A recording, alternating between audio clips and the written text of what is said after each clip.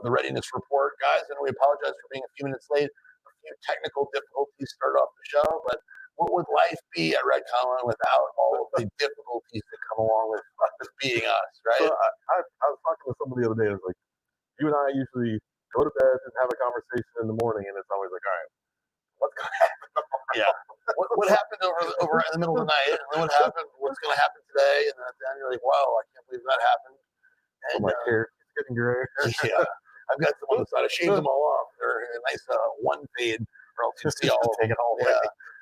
Yeah, it's definitely, that's the one thing that is consistent at Redcon One, and meaning your business life in general, is that whenever you think shit is going well and everything's in the straight and narrow, it gets thrown off on a curve over and over again. It does, and some of it's completely unnecessary, but honestly, I think it also keeps you engaged and aware, and that's why we're able to keep doing what we do, because we're never with the foot off the gas, because we have to stay on it. You know, it's funny, whenever, and we've talked about this before, but whenever things are too good for too long, and there's no issues, there's no COVID-19, there's no riots, and life seems too good, I feel almost more uncomfortable, where I'm like, well, this doesn't seem right, shouldn't be going so well, there's got to be something around the corner that's going to screw everything up. So usually, like when I start arguing with my wife in the car, that type of situation, it's just been too good for too long. I just pull the pin on this grenade.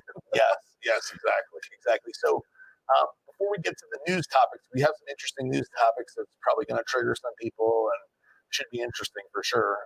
Before we get into that, more interesting. Yeah, for sure. So before we get into that, let me do two things. We have our big new athlete announcement, but I also want to remind everybody for the question and answer. So if you guys see right now, you can ask questions wherever you are. If you're watching on Facebook or YouTube or wherever, you're able to ask questions. Now, if we don't get to the questions right away, it doesn't mean we're not looking at them. Doesn't mean it's not going to come up.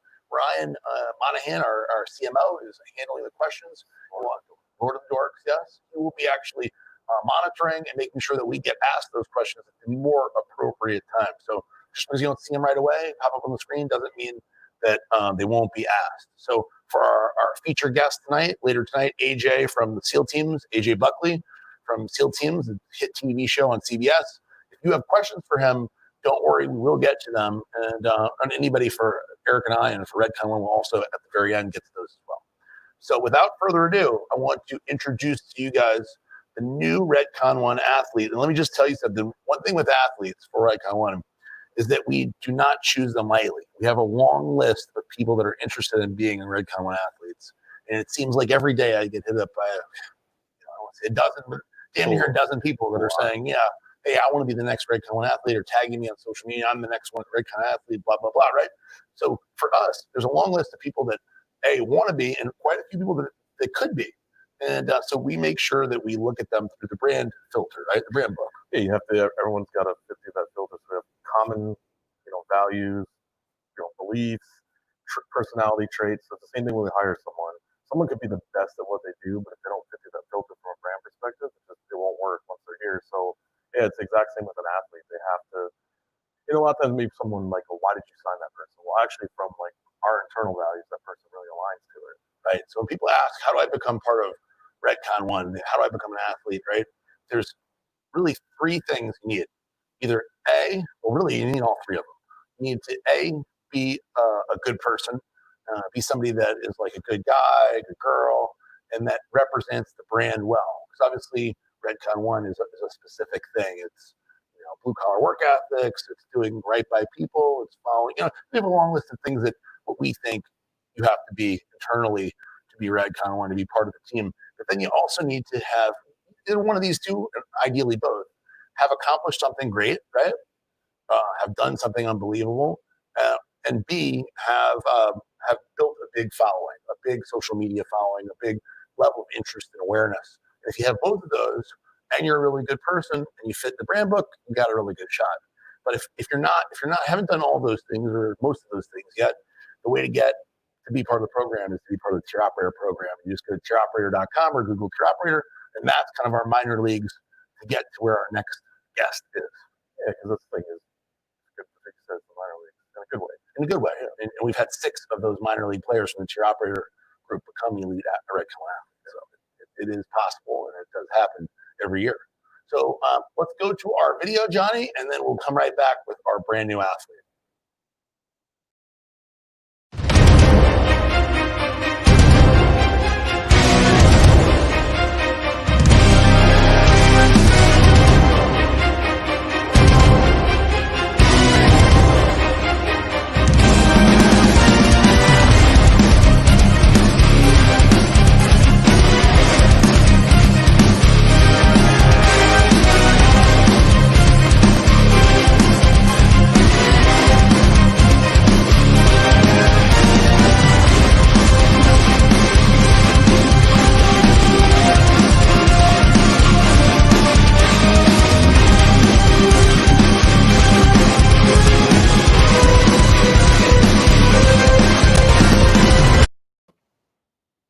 All right, and there we have him. Sage, welcome to the Red Con One team, brother. Hey guys.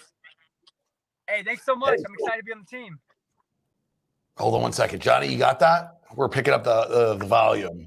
So Sage, before we get going, I wanted to tell a quick story about how I found out about Sage before the UFC, before him being well known, before any social media even existed. I went to a gym called 1-to-1 in Houston, Texas. I told this story to Sage already. And on the way back, either on the way there or on the way back, I would stop at a nutrition store. And I had no idea that this nutrition store was owned by Sage's father. And so I would stop there. And whenever I'd stop there, there was literally, I'm going to say 1,000 trophies. There's hundreds and hundreds of trophies. And his dad, when I asked, his dad was so proud to talk about his kids, about Sage, and about how much they had accomplished in the world of before mixed martial arts. There wasn't even really a thing at the time. I mean, it was, but nobody knew a whole lot about it. And he showed me all the trophies and was so proud of his kids. And so I always thought it was amazing that because at the time, I think Sage was like 10 or 11 or 12 or something. Young, right? Yeah, very, very young, and had won basically everything. Right, Sage? No, that's exactly right. Yes, sir. Yeah, that's crazy. Such a small world. It is. Houston, Texas. So you're no longer in Houston, right? Right. I'm actually outside in LA right now. So right outside Beverly Hills. It looks like you just finished training. I did. Yeah. Yes, sir. I'm still in the truck.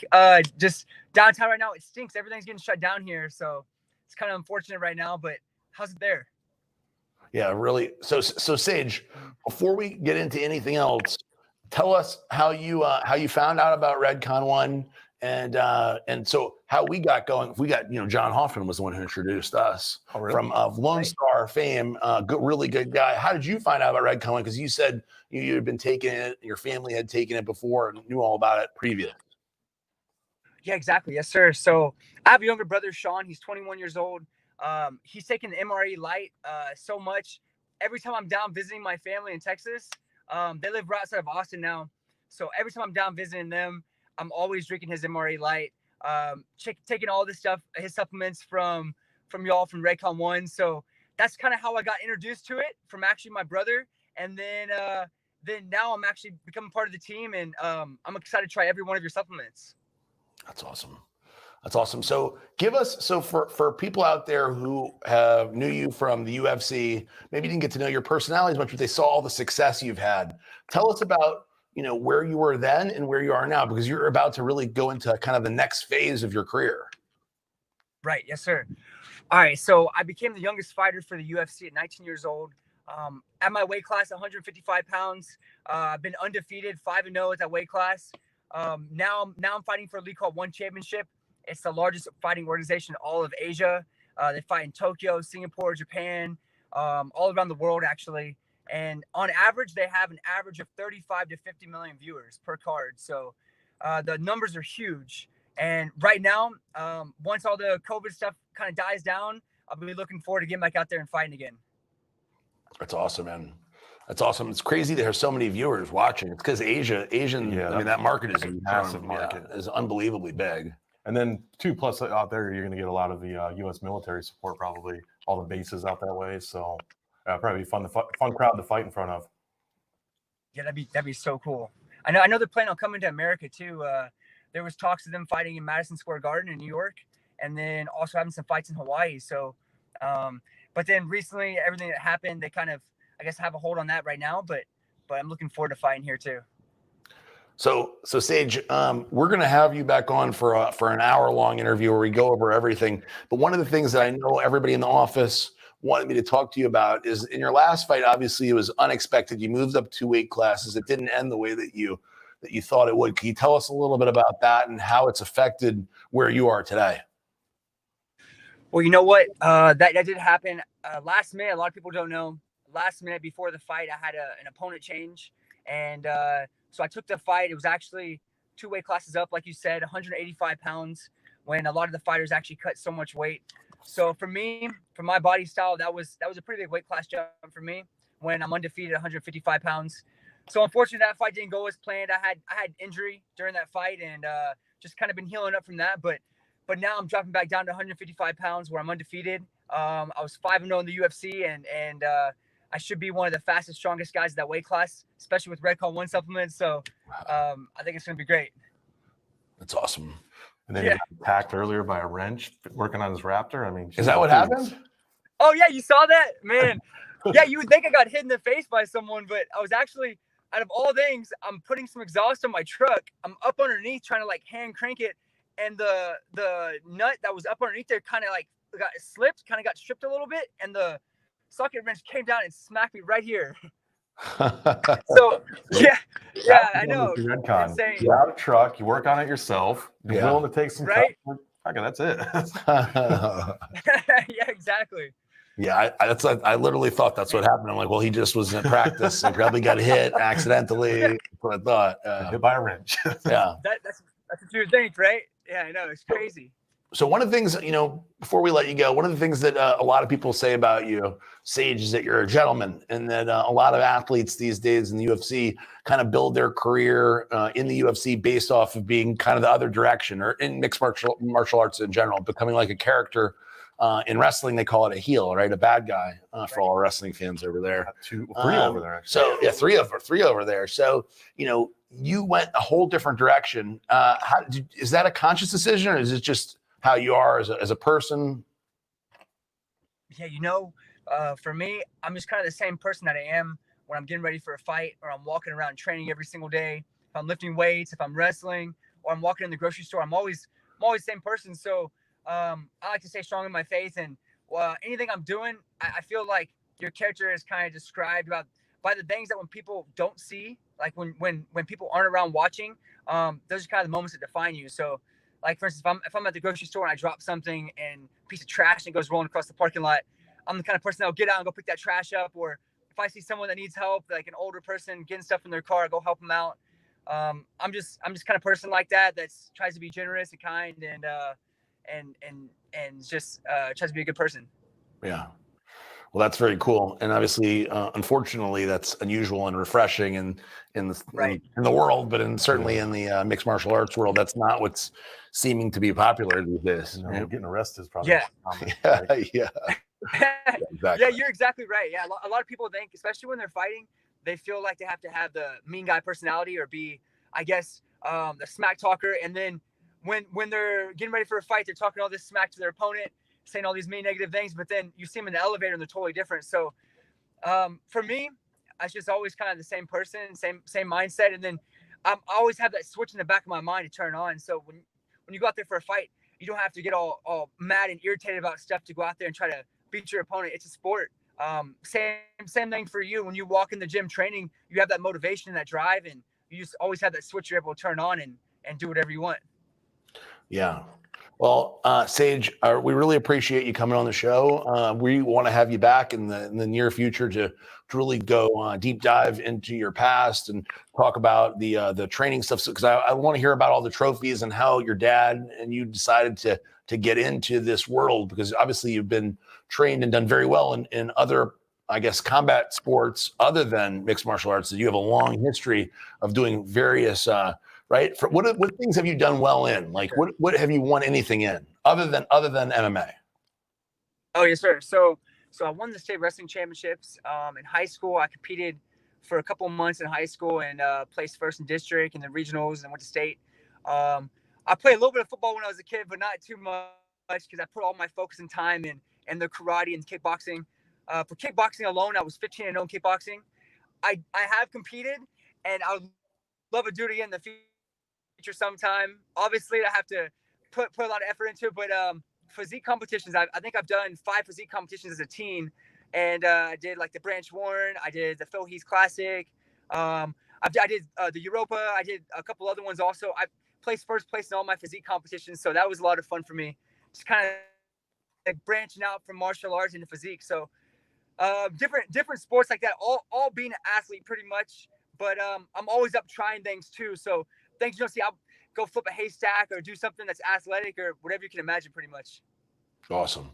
Well, we're going to talk a lot more about all that stuff in the future. So, Sage, thank you so much for being on the show, for coming here with Eric and I, and also for being on the Redcon 1 team. We're very excited about the future with you, and we have a lot of big things planned, and people haven't got a chance to really meet Sage Northcutt, the entire person, not just the athlete. So we're going to make sure to do a lot of cool videos with you and let people get to know you, and it's going to be great. Yeah, I really appreciate you coming on board, Sage.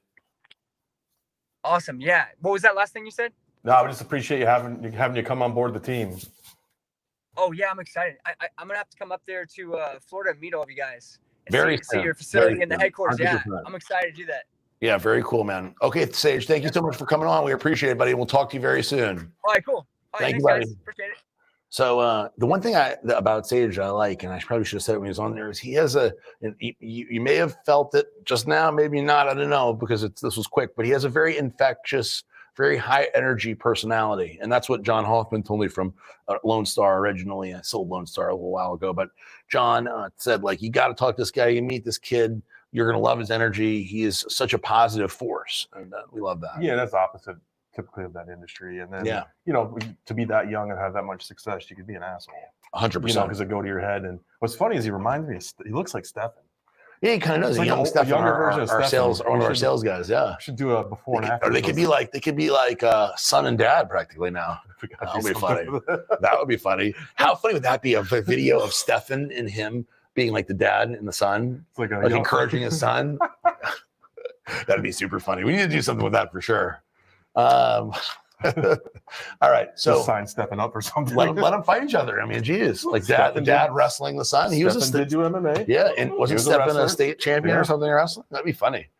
It'd be funny if he kicks his ass, Stefan's ass. Stefan's got like 80 pounds on him. Right? Get someone. Dad, let's go. See what you got, son. When he beats the shit out of him. This is like a holiday in West Virginia. It's turning into literally. All right, guys. So before we get to our friend and athlete and ambassador AJ Buckley, the star of SEAL Teams on CBS, we got to go to the news. So we're gonna go to the news, and the first thing we want to talk about is Kanye West. It's very important. We're going to go to Kanye West. There he is. And you know what? He looks great there. No matter what he's done, it worked, because now we're talking about the second week in a row. Unbelievable. 2 weeks in a row, we're talking about Kanye West. So Kanye, such an interesting story. Last time we said Kanye is in the race for the presidency. And then recently, yesterday or today, so we talked about the story. It turns out Kanye is out of the race. But then all of a sudden, he's back. His party, he's representing the birthday party, that's his party, not Republican Party or Democratic birthday party. Birthday suit. Maybe. I mean, who knows with this guy? So, you know, he decided he was in, and then apparently couldn't get his paperwork in time, and he was out. But then he got his paperwork in, and he is actually back in again. Yeah, because he didn't have enough signatures before. But he has it now. He got in time. So he's on the ballot right now as a third party. Jesus can do whatever. I mean, he can turn water into wine.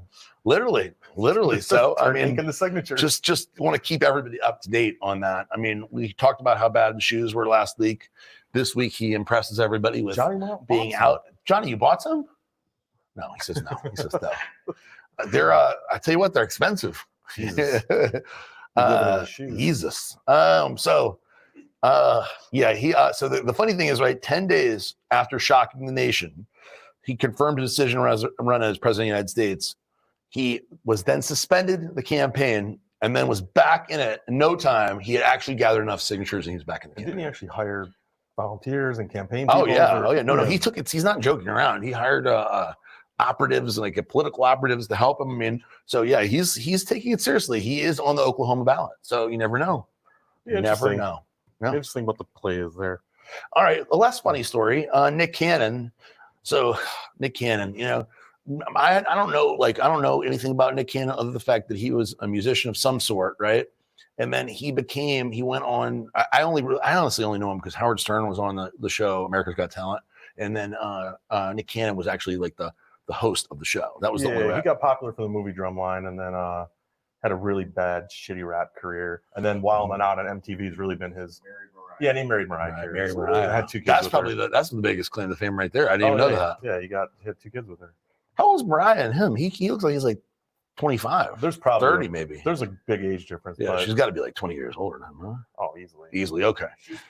She's 50. And how old is he? Early 30s, right? 33? That's my guess. He started on Nickelodeon. Nickelodeon? 39? Okay, that's not that big. That's all right. Yeah. So turns out Nick Cannon is not such a great guy after all. He's not actually as humorous as he was on America's Got. He seemed really happy on America's Got. Turns out he's pretty racist. So Johnny, before we get into it, let's play that clip. We are the Semitic people. When we are the same people that who they want to be, that's our birthright. Viacom CBS announcing they are cutting ties with the comedian. But what about the big ear corn? Who they have had a decades-long relationship with. So the people that don't have it are a little, and I'm gonna say this carefully, are a little less. In the June 30th episode of his podcast, Cannon speaking to former Public Enemy member Professor Griff. The only way that they can act is evil. The only way they have to rob, steal, rape, kill, and fight or flight, okay, in order to survive. Exactly. So then these people who didn't have what we had, and when I say we, I speak of the melanated people. Right. They had to be savages. The 39-year-old host facing criticism for his comments, also accused of perpetuating an anti-Semitic conspiracy theory. The Rothschilds, centralized banking, the bloodlines that control everything even outside of America. Well, we didn't get to the good part, Johnny. You skipped. We didn't get the part where he actually says anything particularly racist. So we missed all the good stuff. More like conspiracy theory. Yeah, that's not what he said. He also said a lot of stuff that's specifically about, what is this? This is his apology. This is an apology. So Johnny missed the most important part where he actually says that Jews are savages and all the other stuff. Yeah, you caught part of it, more or less. That was like the nice part. I think the news channel didn't want to put the really super racist part. But the part that I found interesting, because Nick Cannon is nobody, right? I mean, realistically, he's the guy who married Mariah Carey, basically, is what you're saying. No, kind of, yeah, pretty much. So that's him. And honestly, who cares, right? Who cares? The people say stupid stuff all the time everywhere. It's like, that's par for the course almost now these days in America, is that people are going to say stupid shit, and you can't let stupid shit bother you. But what bothered me wasn't what he said, because it's like, whatever. Although you didn't even hear what he really said, but that's okay. It's what P. Diddy, Dwayne Wade, and many, many other people did. So afterwards, this is P. Diddy tweeting back to Nick Cannon. So Nick Cannon, this is him saying, "Come here to Revolt TV, truly black owned. We got your back and we love you. And what you have done for the culture. We are for our people first, for us, by us, let's go." So to me, this is what bothers me. So because P. Diddy is like is a top entrepreneur, is a leading thought leader in that community, where it's like, whoa, this guy just basically endorsed and says, yeah, you're good. What you said's right. Because when you say something like that, we got your back, we love you, you're saying that the message that he's conveying is something you agree with. He didn't say, I agree with it, but it's like if let's imagine in a world, right, where a Fox News, because I'm giving like a Fox News pundit is about the same relevancy as Nick Cannon, right? Hypothetically, I don't know where people lie, but let's say some guy on Fox News says black people are savages, and then Warren Buffett retweets it. Yeah, like Warren Buffett agrees with that statement. So obviously the news guy is done forever. He's gone, right? And then Warren Buffett is the same, because he's complicit. He's saying, when you retweet something or you say, hey, we're good to go, you were basically saying, I agree with you. Now, he went further and said, I love it. Dwayne Wade also said it. There's many, many other people that retweeted it, gave him thumbs up, were supportive of him. That's Dwayne Wade right here. We're with you. Keep leading. I saw a lot of these. And that's the stuff that disturbed me, where I'm like, whoa, like, how's this happening? So he deleted, obviously Dwayne Wade deleted it. Well, many other people deleted it after the fact, because it's like, I'm sure people called him and said, whoa, dude, the guy said something extremely racist. He apologized for it, saying like, I shouldn't have said that. And then everybody's retweeting it and be like, yes, we're with you. We're with you. I'm supporting you on that. And then he deletes it and people are like, oh shit. Well, I literally said like thumbs up to that. Yeah, that just I don't know. Sometimes with celebrities, there's too many like free passes on bad behavior. 100%. And again, from all directions, doesn't matter what side of the coin you're on, but a lot of it's because they're a celebrity that they're allowed to like then have these retractions where you'd lose your whole business, you know, everything. Like, and I guess the thing that bothered me the most, honestly, is P. Diddy, because P. Diddy is a true thought leader where people look at I could see a young man or young woman being influenced by P. Diddy, where you're like, you see, well, that's P. Diddy said it. Well, it must be true. They are savages, right? Where you could get convinced because he is an important person. And he is an influential person as well, you know? Well, yeah, that's the thing too, right? Like when you're in that level, that position, you really have to be careful on what you say, what 100%. you do. And, you know, that's typically why these people have PR people to be like, hey, probably social media is one of the worst things that's happened to celebrities because there's no PR person going, you shouldn't do that right now. Yeah. You know, you got your phone and you do it. So, yeah, and you're such a savage. I know. I am. Get you to fucking fire someone. I am. I'm a bad man. I'm a bad man. Also, I loved one of the things he said that I thought was very interesting. That he alluded to it in the clip that Johnny played was about melanin, the melanin level of the skin. So this shows you the extreme stupidity. So he says in the clip about the melanin. For people who don't know, you're the scientist guy. What's melanin? It's what gives your skin color, pigment. Yes. So more melanin you have, the darker you're either going to be or the darker you could be. So like for me, I mean, I don't look that pale right now, but I'm pretty pale because I'm next to Eric. So I look a little paler than Eric. But I got tattoos at least. Yeah, exactly. So Eric and me both are very light complected. So we don't have the ability to actually get super tan. But somebody who's more melanin has more ability to get super tan. And then somebody who's black has more melanin because they're darker complected, right? So Johnny's about to show you some clips here. Some people, various levels of dark skin. So for me and Eric, we're not even on that scale, right? So like a piece of white paper. Yeah, literally. They're like, there's me and Eric. Yeah, all right. So anyway, we are. I guess the funny thing that he said is that if you have less melanin, you have less compassion. You're more of a savage, and that you have more ability to murder and stuff like that. That's what he says. So the more you have, the less. So the guy on the left here, or the girl on the left, that's a bad person. And as you go further to the right, you're better and better because you're having more melanin. This is crazy. It's insane. It has nothing to do with anything. Melanin is a hormone for pigment. It's not a hormone for personality. So I don't know. It just shows you that the guy is a lunatic, but whatever. Let's go on to the next story. Also equally kind of disturbing. How's the economy doing in the United States? The economy is not doing good, not doing well at all. And the unemployment rate, as you're seeing here by state, what's the number one state, Johnny? I can't see it. Unemployment? Is that Nevada? Nevada. That's interesting, but not surprising because of Las Vegas. Service industry, yeah. Yeah, service at 25% unemployment. So it's an interesting thing going on. We've covered it before where the stock market is going up, up, up, yet the actual world and the economy is going down, down, down. So we continue to see that happening. And it's an interesting thing because right now we're about to have reporting for second quarter earnings where it's going to get very, very interesting because second quarter encompasses after March. Yeah, and the thing is too, I think like GDP is down like 35.2%. Something crazy, insane. Like now. The highest it's ever been because I think the most it's ever dropped before is something like 15%. Yeah. So it's this massive swing, but like you say, the stock market is way up. None of it makes any sense right now. Yeah, it's really crazy. There is some positive news though. Unemployment is down. So we were at 14.7% in April. We're at 11.1% now. Now, honestly, when I see numbers like that, I don't know how accurate it is because there is obviously a lot of people that are still unemployed. And then this kind of, more disturbing thing is that there's a trend right now. Obviously, everybody knows that things are closing down and not opening up anymore. Yeah. It's not heading in a good direction. It's heading in a not so good direction. Right? As it keeps going up and down. Right. It's like certain industries open, they close again. So, but in May we had an increase in overall consumer spending. So we were only down 8.2% in May compared to 12.6% in April. So that's really a good thing. And then unemployment benefits was down in May, 24.9 million. It's a crazy number, 24.9 million people getting unemployment benefits.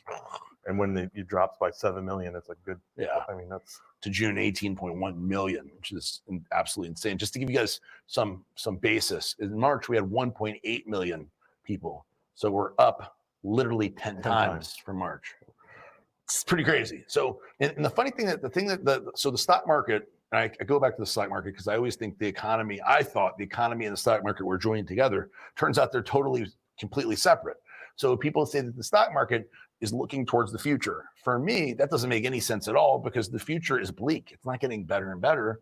The people that are unemployed now or that are hoping to get the next stimulus check are the ones that are actually directly correlated to what can be spent in the future. So if you are right now on unemployment, you're probably not buying a car, going on vacation, heading to Vegas to gamble. None of those things are happening for you. So it seems like a certainty that the future is not in a more positive place. Not going to be in a trough. It seems like it. So it's a crazy thing, and things are dramatically changing. And one of the weird things that's going on as a result of this is an actual coin shortage. Which I got my own theory on that one. Give me your theory. So I know what they're saying is that it's because being touchless to minimize the spread of bacteria. People aren't using coins for exact change. They're not using cash because everywhere you go, you see signs up that say, no cash transactions, credit card only, coin shortage. But how many of those businesses for years took in cash and didn't report it, and the government knows, hey, you weren't reporting a lot of revenue. Mm-hmm. Where now, if everything goes through a credit card terminal, it's all recorded. You have to pay taxes on that money. I kind of feel like it's what a good opportunity for the government to claw back some margin, more or less, because you can use all these conditions, like, oh, it's COVID related, but now you can start getting tax revenue that you were missing before from these small businesses.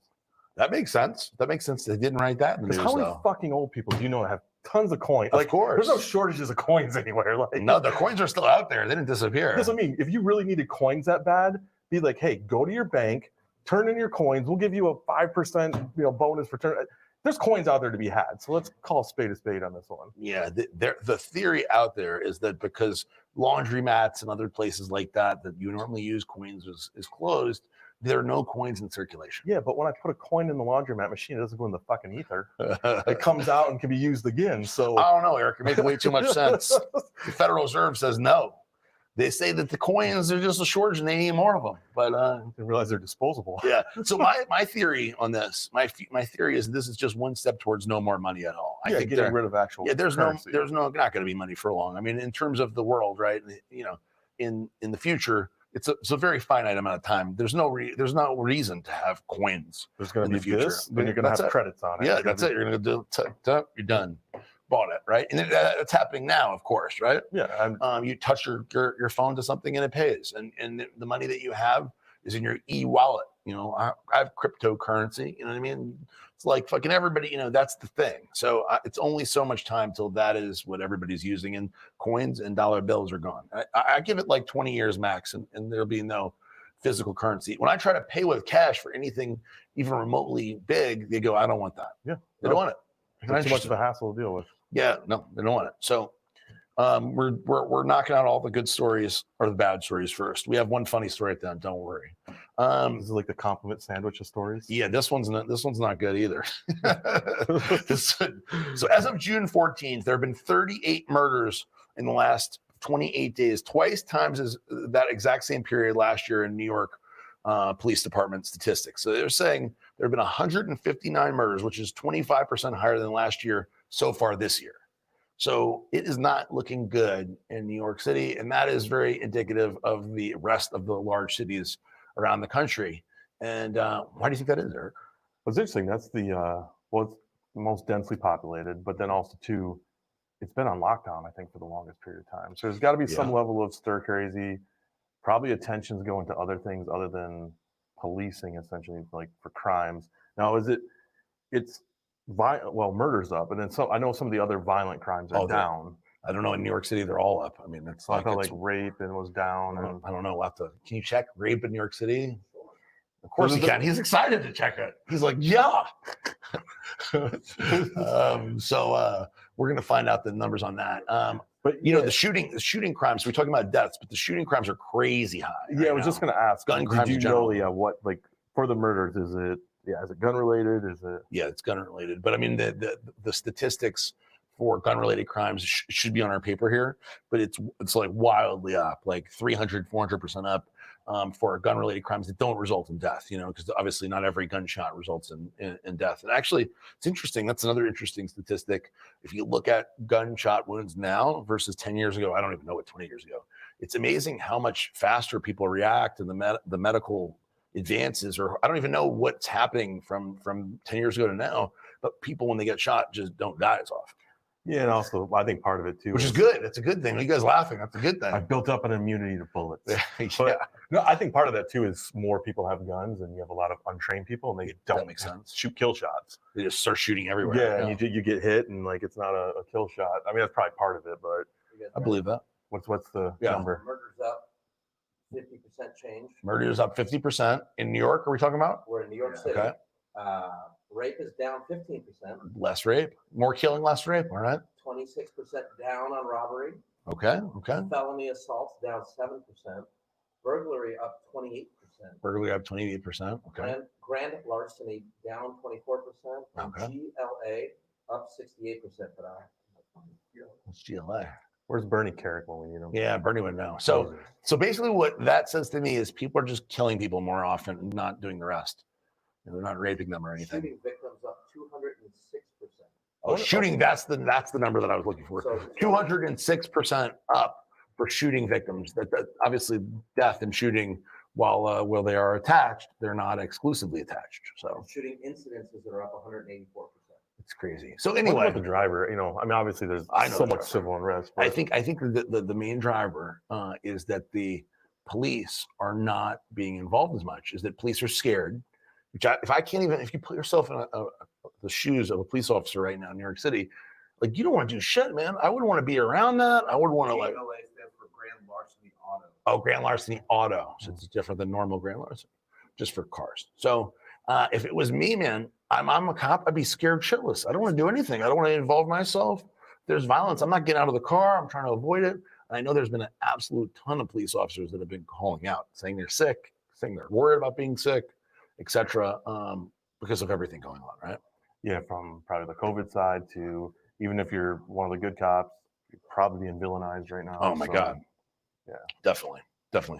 So in much more funny news, significantly more funny than that, kangaroos. So let me tell you about kangaroos. They're from Australia. They jump up and down, and they have run away here in South Florida in Fort Lauderdale. Play that clip, Johnny. 12:23. Listen to this. A massive police presence ends with a kangaroo in cuffs. Fort Lauderdale police received reports of a kangaroo on the loose. With the help of the state wildlife officials, police were able to safely capture the marsupial near the intersection of Flying L Drive and Northeast 13th Street. The kangaroo is now heading to a barn where the police department keeps its horses until it can find a proper home. How about that? So I've been around marsupials. I went to Australia. really? Yes. Well, I guess I've been to the Melbourne Zoo. Melbourne Zoo, which you is know? pretty cool. Yeah. It was really cool, and I got to be around them. And I got news for you: those things are scary as fuck. Like they're huge and they're angry, and if you mess with them, they have muscles too. If you mess with them, they'll fuck you up. They mentally kicked you? Yeah, I know. I wouldn't want to be kicked at all by them. They got nails. I mean, I wouldn't. So those cops were wrestling them. There was some brave police officers right there because I would not want to touch those things. See, where the fuck is Joe Exotic when you need him? Joe Exotic could have saved the day, See, man. he would have come in, He would have whispered to them something, and they Yep. would have went with him. eventually shot him and left him in a ditch. But it's Yeah. credit math, yeah. All right. So with that in mind, we're going to do a commercial break, guys. And I want to remind everybody, we have AJ Buckley on next. And if you have questions for AJ Buckley, please make sure to ask them on the YouTube feed or on the Facebook feed. We will get to them before we let him go. So, and we'll be back in just a minute with AJ Buckley. My name is Ben Galloway. And I'm Matt Saracino. We are the Tier Operator Management Team, and we invite you to join the Redcon One family. I joined the Tier Operator program because I wanted to be part of something bigger than myself. Being a tier operator is phenomenal. You want to keep tiering up. You want to work for, yes, the best company in the fitness industry. Redcon One helped me reach my goal, which at the time I didn't even know was a goal. The products work. It's what it is. And I want to help other people reach their fitness goals using these products. I love that it's like a big family. I really enjoy that we can get together at events like this, and it's like even though we're thousands of miles apart, it's just like we all know each other like we're neighbors.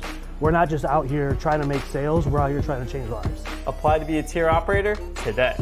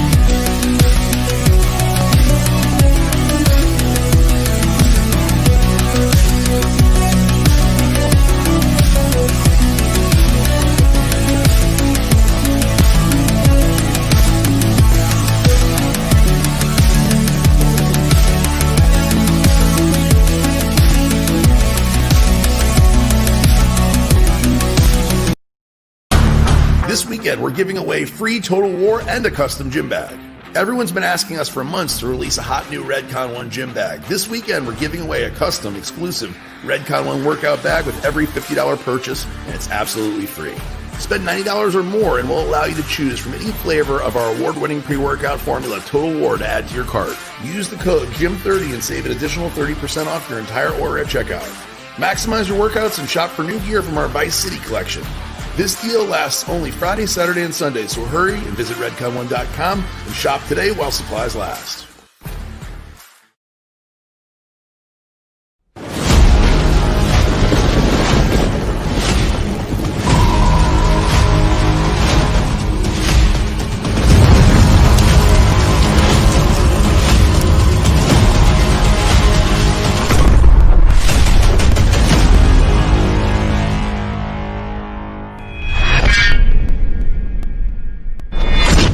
What's up, guys and girls? Fans of Redcon 1, this weekend only. Spend $50, get a free gym bag. Spend $90, get a free Total War. And don't forget, use the code GYM30 for 30% off at checkout, baby.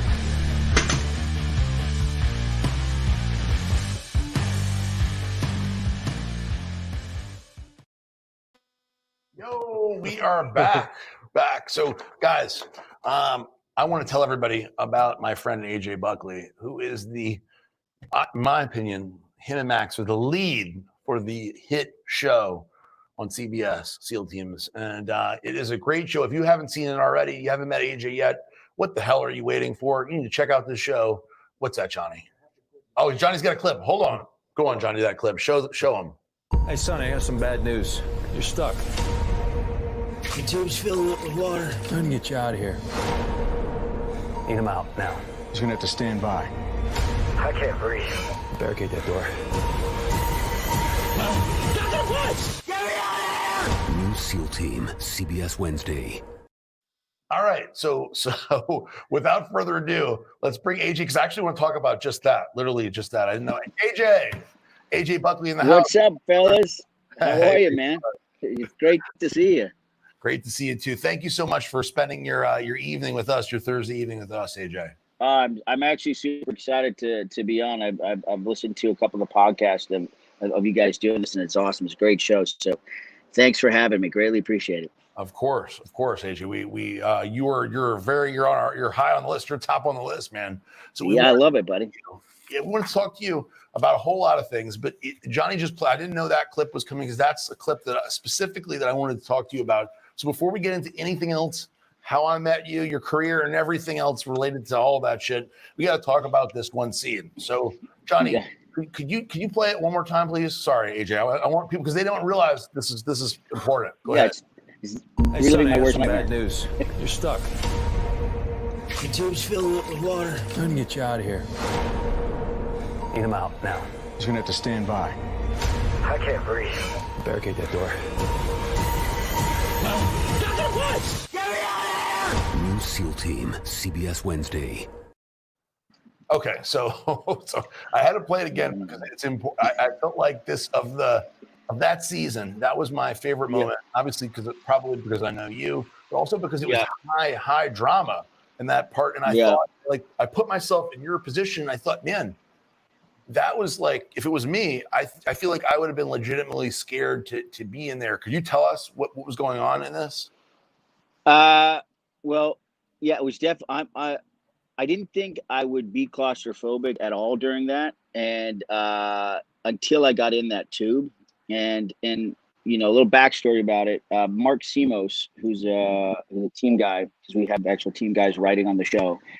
He had come up to me and he said, "Look, I got a really great episode for you, and it's gonna be all about units, and it's loosely based on something that happened, but obviously not exactly this." But he told me, and I was like, "Oh my gosh!" He's like, "Yeah, it's basically just gonna be you stuck in a tube, and over the course of the episode, the water is filling up, and the team can't turn their sub back on because we basically were in foreign water, and it would cause a war. So they have to basically the guy that's running the ship has to make the decision that I have to be sacrificed for the greater good." And it's a real emotional scene in the sense of saying goodbye and all this sort of stuff. And it was a great experience in the sense of, like, they shot all the guy stuff first, and Chris Chulak, our director and sort of one of our main guys behind the show, and with his vision and whatnot, he shot all their stuff first, but I had to perform everything on the mic in another room. So, and then the next week I came back and we did all their stuff, and they performed it on a mic while I was in there. And slowly during the course of the thing, it would fill up. And the dragger I had on was a fake one, but I had to pretend to pull it, and they had a safety line hooked onto me. And I'd either have to say pineapple or something, or like I'd give a hand signal and they would pull me out.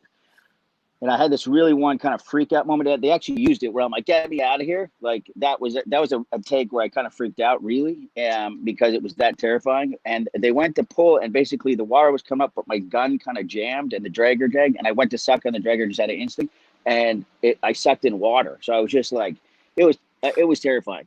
And then a hand came through and like put like the thing in my mouth to get some air, and got up and coughed for a bit. And I made this stupid decision because I was like, I'm going to go method on this. I'm like, I want the water cold.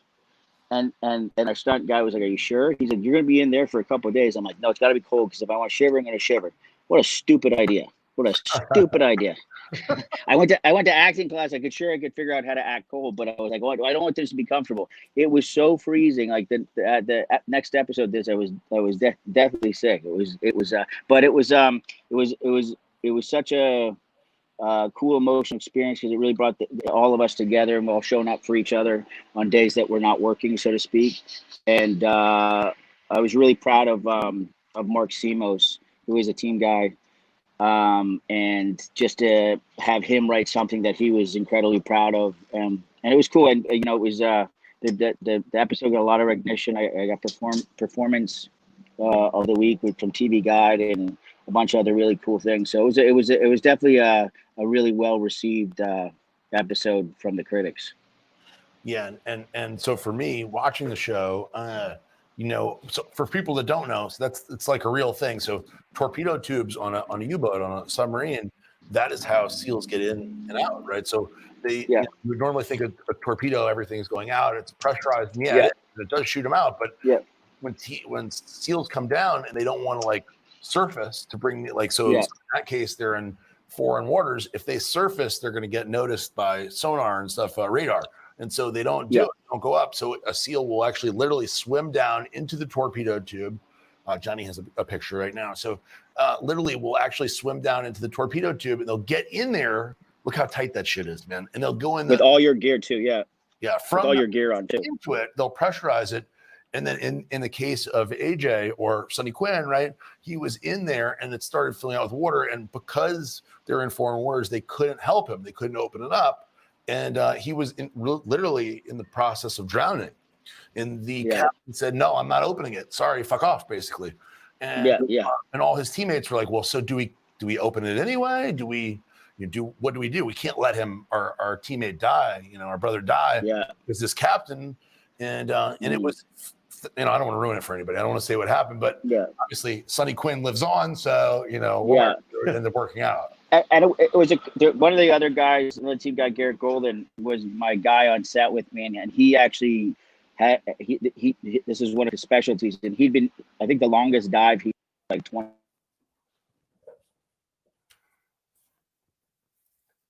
Lost audio. AJ, we lost audio somehow. What just happened? Can you hear me? Can you hear me? There, we're back. Oh yeah. Go ahead. I got like a phone call. Garrett Golden was my tech advisor, and he was a team guy as well, and he's had, I think, the longest dive he's ever done was like 21 hours where he's underwater, which is just insanity when you see like and how far down he is, and he was my guy on set to really kind of walk me through this. And he's a huge guy, and he's been in these tubes before and is sort of gone through it and stuff. And so just to sort of be with him and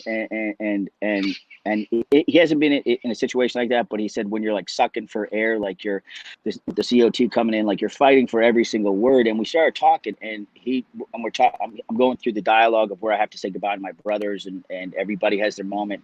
And just seeing him getting teared up and sort of explaining to me what that's like, it was an incredible bonding experience with him particularly, but the dialogue just being so truthful that it really hit home with him, and sort of the responsibility sort of I felt that just to sort of raise it up as much as I could, I would do that. So it was really cool, man. It was a very special experience for me, and honestly, truthfully, it's probably one of my favorite episodes I've ever shot. Yeah, it was great. You just mentioned responsibility and everything. We just had the Murph here, as you know. We had the Murph for the official. I know, I did. I watched it. I was so bummed. I couldn't get out there, man. It was. It would have been really cool to get out there, but and dude, the guys at Forge, those guys are just phenomenal guys. They've given me some clothes to wear in the show, and Sonny wears those. But the guys at Forge are just a great group. Mike and Samantha's wife, just a solid group of people. 100%. We would look. You will be there next year, right? Yes, 100%. With the COVID and family stuff, and you know how I know how it goes. Listen. Yeah, it's my birthday party, and that's important enough. I did. I showed up to that. I was there, which was awesome, by the way. That was awesome. That was such like that was. I don't a lot of people, but that was one of the coolest birthday parties with the video games and the stuff and your family singing. And truthfully, not to get off subject, but that was like I got to kind of meet you and hang out with you for the first time, meet all your friends and meet the company. This is before I came on the team, and not for nothing. It was just I was like, you know what? And my wife said the same thing. These are such great people, like just good ass people. And when you show up to an intimate birthday party like that, they're still really crazy. You guys are got a wild bunch out there. It was just such a solid group of people that I was like, it was such a great experience in there. So yeah, so the joining Redcon even meant more to me because of what good people you are. That's awesome. So I'll tell you a story this time. So Okay. with the team, there are two guys that you met. Sean Rosario, who was Gold Squadron guy, and you met Chris, who's great guy, Squadron guy, and so that's SEAL team, SEAL team guys who made it through a Green Team and became SEAL Team 6. And and both of them, when they knew about the show SEAL Teams, they maybe watch a little bit of the SEAL Team show, but they didn't, not much. And I told them that you were coming, and both of them were like, I don't know how I feel about him. And that's usually the response. Yeah, they were kind of like, and not bad, but they're like not pretty good either, right? And so these guys ended up loving you and hanging out with you and getting you extremely drunk for way past that. So drunk, right? Extremely drunk, right? Hammered. I think they might even carry me back to my room. They're like, "Oh, you play a SEAL on TV? We're gonna get you fucking wasted." Oh, they got you. They love you. You even texted me the next day to come hang out. I'm like, it's not happening, buddy. I'm done. I ordered room service and went back to bed. So done. He literally was like in his room for most of a large majority of the next day. Yeah. Well, what great guys. We laughed our asses off. Testament, bro. I think it's a testament to you that these two guys who are, Chris and Sean have done 25 combat deployments between them and killed many, many bad guys. And they go, well, this guy's good. He's cool. We like him. And I thought that was pretty cool considering they started off feeling, pretty unsure about you in general. And they ended up at the end of the day being like, I like him. He's a good guy. And then you hung with him. Cause I was at a point where if I would have kept going after where I was at, it would have got bad. I would have got in trouble with you kept going for hours after. Yeah. Hours. Yeah. I was like, okay. And they're like, let's get another one. I'm like, okay. I know I can't say no. I was like, okay. That's awesome. That's awesome. I think I was communicating with my hands at the end of it. I think I really was like, blah, blah, blah, blah. Like, what are you saying? Like, blah, blah, blah, blah. It's so true. My wife was like, wow, you are in bad shape right now. I'm like, yep. This is not good. So, but that's I had my wife there to nurse you back to health the next morning. Yes. I think if I remember correctly, she went to the spa and she's like, see ya at some point, right? Yeah, we had like a whole day of spa thing. I was like, this is great. I was like, I'm not moving. I literally was like, I couldn't even. The converter was like half a foot away from me, and I couldn't even I was like, I can't reach the converter to turn on the TV. I was like, I can't do it. I'm just gonna keep my office. It was painful. But it was worth it. It was totally worth it. No, those guys are solid dudes, man. It was all around. Your wife crushed the party. That was so fun. Fun. Yes, she did. She absolutely did. And we had a great time. And as soon as that was over, and I will move off the birthday party after this, but the party was over, man. Usually with a thing like that, I feel like my first thing is to regret spending the money on something like that. But this one was different, where I was like, wow, that was super fun. How can I find an excuse to do it again? Exactly. You can't do it for 41. That's bullshit. But I have to figure out another way. 40 and a half. 40 and a half. Renew your vow. Yeah. Coming up on that. Renew your vows. Renew your vow. No, at 10 years. So we're close. We're close. Yeah. We can bar mitzvah you again. Bar mitzvah, yeah. Yeah. You're like an adult bar mitzvah. Yeah. I'll do it. That would actually be really fun, man. That would be really fun. Eduardo's first communion. Eduardo's communion, yeah. So I actually met AJ through Aaron Williamson. And Aaron is... for people out there who don't know, Aaron is a trainer to the stars and was on the Redcon 1 team for a little while, and a Marine himself. Very, very cool guy, and also an actor. Yeah, great guy, phenomenal guy, great guy. So Aaron trained everybody from The Rock to, like a long list, Ryan Gosling, and many celebrities and stars, and helped them get into shape. And Aaron came down here and hung out, and we shot some video. And he said, hey, man, you got to meet AJ Buckley. He is really into training now. He is, on the show SEAL team. And Aaron was also I think an extra or was helping out. Yeah, he was doing some stunt stuff and a bunch of other stuff. And he's auditioned. They love him on the show. He's just such a big deal. I think he's trying to find the right role. And hopefully we'll get him on this season. But he's great at what he does, man. He's got such an intensity, presence, and he's also too. He went off and he's been working nonstop on various different things. So he's a great guy, absolutely great guy, man. I know he has I know we talked about all the plans he has for some of the movie projects and stuff that he's in the. Obviously, this is a whole. This is a whole topic in and of itself. But COVID-19 and all this craziness and riots and shutdowns have really dramatically affected the world of Hollywood and the movies and TV. Oh. It's crazy. It's like, even with this new shutdown here, it's just to me, it's like I can't get out of this dream of that's like a bad horror film, or it's just never ending. And and I've got friends who are like lost everything, lost their businesses, lost their restaurants, and then the one breath that they had to come back, then the riots happened and the protests, and it's just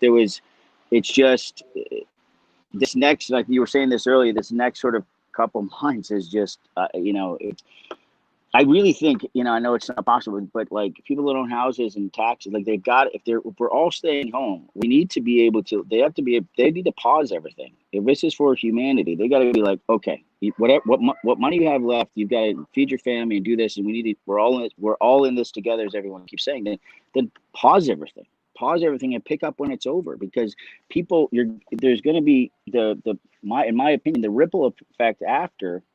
We're going to be in such an unrecoverable place for people that were already just getting by, and it's just not. And if they're making the choice for the sake of humanity, then we've got to be able to, in some way, you know, not a $1,200 check we're sending people. We just got to be able to take care of them in a way that, you know, is really going to help them. And a lot of people, mortgage or rent is their biggest expense, you know, and whether to the landlords it's some sort of big tax break or something that they give them for allowing tenants to stay. It's just, you know, it goes back to compassion. You know, we've got to figure out a way. When you say we're all in this together, that means we should be in this together. And there's so much divide and, you know, craziness right now with everything being so political driven, with the disease itself, you know, on both sides. We can't figure out what's right, what's wrong, you know, where the real information is coming. Why are people saying this? So there's just such confusion, and it sucks when you see, you know, friends that are truly going through an incredibly tough time, and they don't, you know, none of us feel like we're in it together. You know, it's so messed up right now. So I wish there was more of a platform for us to change and help people more in that sense. But yeah, you know, I'm hoping over the next month or so we really see this thing eradicate itself, and we get back to work and get back to the country that we love. Yeah. Well, I certainly hope so for you and for the entertainment industry. And my personal belief, and obviously this is, I don't know if it's outside of the norm, certainly outside of the Hollywood norm, is that I think that we're fucked, man. I think there's no chance that this is going away. I don't think any mask or close down or whatever is going to reverse the tide. I just feel like we're too deep into it to reverse everything at this point, where we're like gonna, unless there's a, you know, hopefully, you know, knock on wood, there'll be some sort of vaccine or some drug that will help people. But at this point, I just don't. And maybe it's because you're in California, we're in Florida, South Florida, especially. The numbers are not going down. We're not. The curve is not going down. It's not flattening. It's going way the fuck up, right? It's going crazy up. Yeah. So here we had 15,000 new cases. So it's like, is there a chance to stop it? I just don't think so. You think there's a way to do it? Yeah. I don't know. I think, you know, there's like my wife used to work in infectious disease, and just a bunch of her bosses that she's talked to and whatnot. There's been such a problem with testing too. It's like if you have taken one test and then say you test positive, you have to take 3 more tests. They count those tests, so the numbers are skewed a little bit too. And then it's like there's people that get COVID, but they've had pancreatic cancer, they had some type of heart disease, or they had some type of thing. So the system, unfortunately, is not. You know, and yes, there's no doubt this is a savage thing and people are dying and stuff, but it's so hard to get what the real data is to base on any of this, which is incredibly frustrating for store owners and stuff, and the things we're keeping open, yet to the things that we're closing. It's like, it's, you know, you just can't, yeah, I don't know, man. I've gone down the wormhole so many times just trying to research it in the sense just to have the knowledge so I can protect my family and make the right decisions and stuff, and just getting frustrated because one site to the next contradicts each other. So it's so hard. And if anything, you know, more of the divide and more people question is because of that. You can't get an answer. And then, you know, whatever news channel you turn on to, there's just such fear and it's not, it doesn't help the situation when there's just not a common thread of like, this is our plan to get out and this is how we do it. And like I said, when you see your friends that are going through a really tough time and they're losing everything, you know, it's just not good, you know. And what's tough too, I mean, just the rate of suicide that's gone up, the rate of child abuse that's gone up, the domestic violence. Like it's the staying at home is one thing. Staying at home when you're losing money and the alcoholism, drug abuse, like it's going through the roof. It's like that's not an environment now. Kids staying at home from school. It's just like, what are we doing? You know, they're just, you know, and especially with our kids. Like my daughter, she loves being a kid and hanging out with her friends, and this was hard it's been incredibly hard on her coming home. I mean, when the shutdown happened was March 15th, and we moved on March 15th. We moved to a new place, and we were downsizing because we were planning on moving to be full-time based out of Nashville. So we're supposed to be in Nashville right now. We're going to stay there till the season came back, and our hope was to find a house there and based there full-time. So we downsized, and the day our show gets shut down, my daughter comes home from school.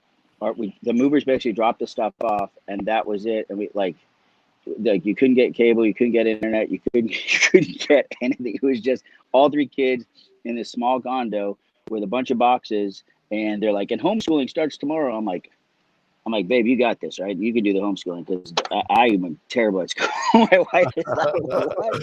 So it was like, and then of course, like being, you know, an optimist, I was just like, well, this isn't going to last. We're going to get through this. And then it just extended. And, you know, so, you know, I hope for the best. You know, I flip flop with whether we're going to get out, but I'm just, yeah, I don't know. I'm hoping, you know, I'm wanting to go back to work desperately. I miss shooting the show, and we're scheduled to go back right now, August 20th, which is great. We're going to finish the last 2 episodes of season 3, because we stopped halfway through 21, which was David's episode, and the last 2 episodes, truthfully, of season 3 are so good that when we had to stop it, it was actually really devastating. There's this incredible thing. So those will actually be the first 2 episodes of season 4, and you know, and then there's a whole new way that we've got to shoot this year, and I don't even know what the rules are, but I think one of the reasons our show survived was because we can shoot outside, because our show is outside and we're on the side of a mountain for, you know, a week or so at a time, where the soundstage that you guys came to, I don't think we're going to be using that as much. We'll be more, you know, outdoors. About an hour and a half, 2 hours away in Santa Clarita, we have a whole village built, Afghanistan village, or a different country that we built. It's an amazing job.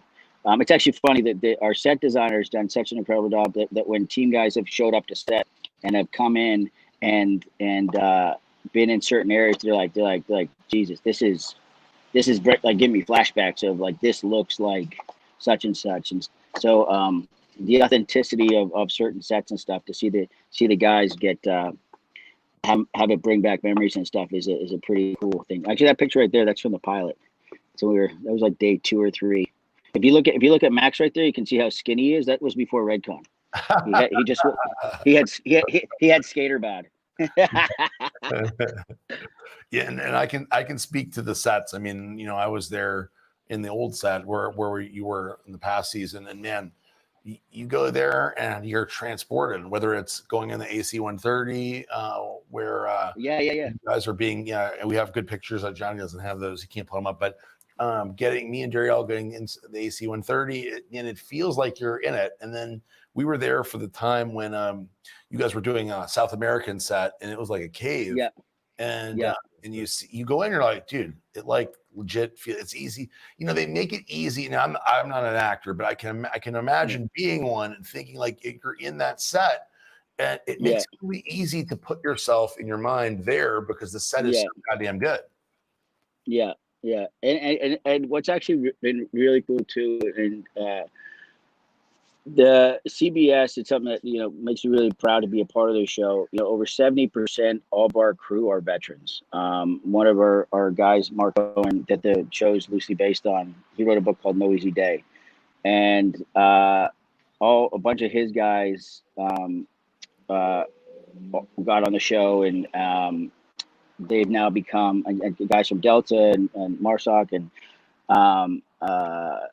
they've all become on the show and become producers, or they're like full-time writers, or they're tech advisors. And for guys that have led this actually really crazy experience where these guys had just come back and they started talking to one of the team guys, and they're like, hold on a second here, like, where were you? And they figured out a date of a gunfight, and the guy literally gets choked up, and he's like, dude, we talked over comms, like, you saved our asses. And he's like, you're such and such, and he's like, yeah. He's like, holy shit. And the guy just starts sobbing. I was like, you don't get this. Like, this is, they've never met each other before.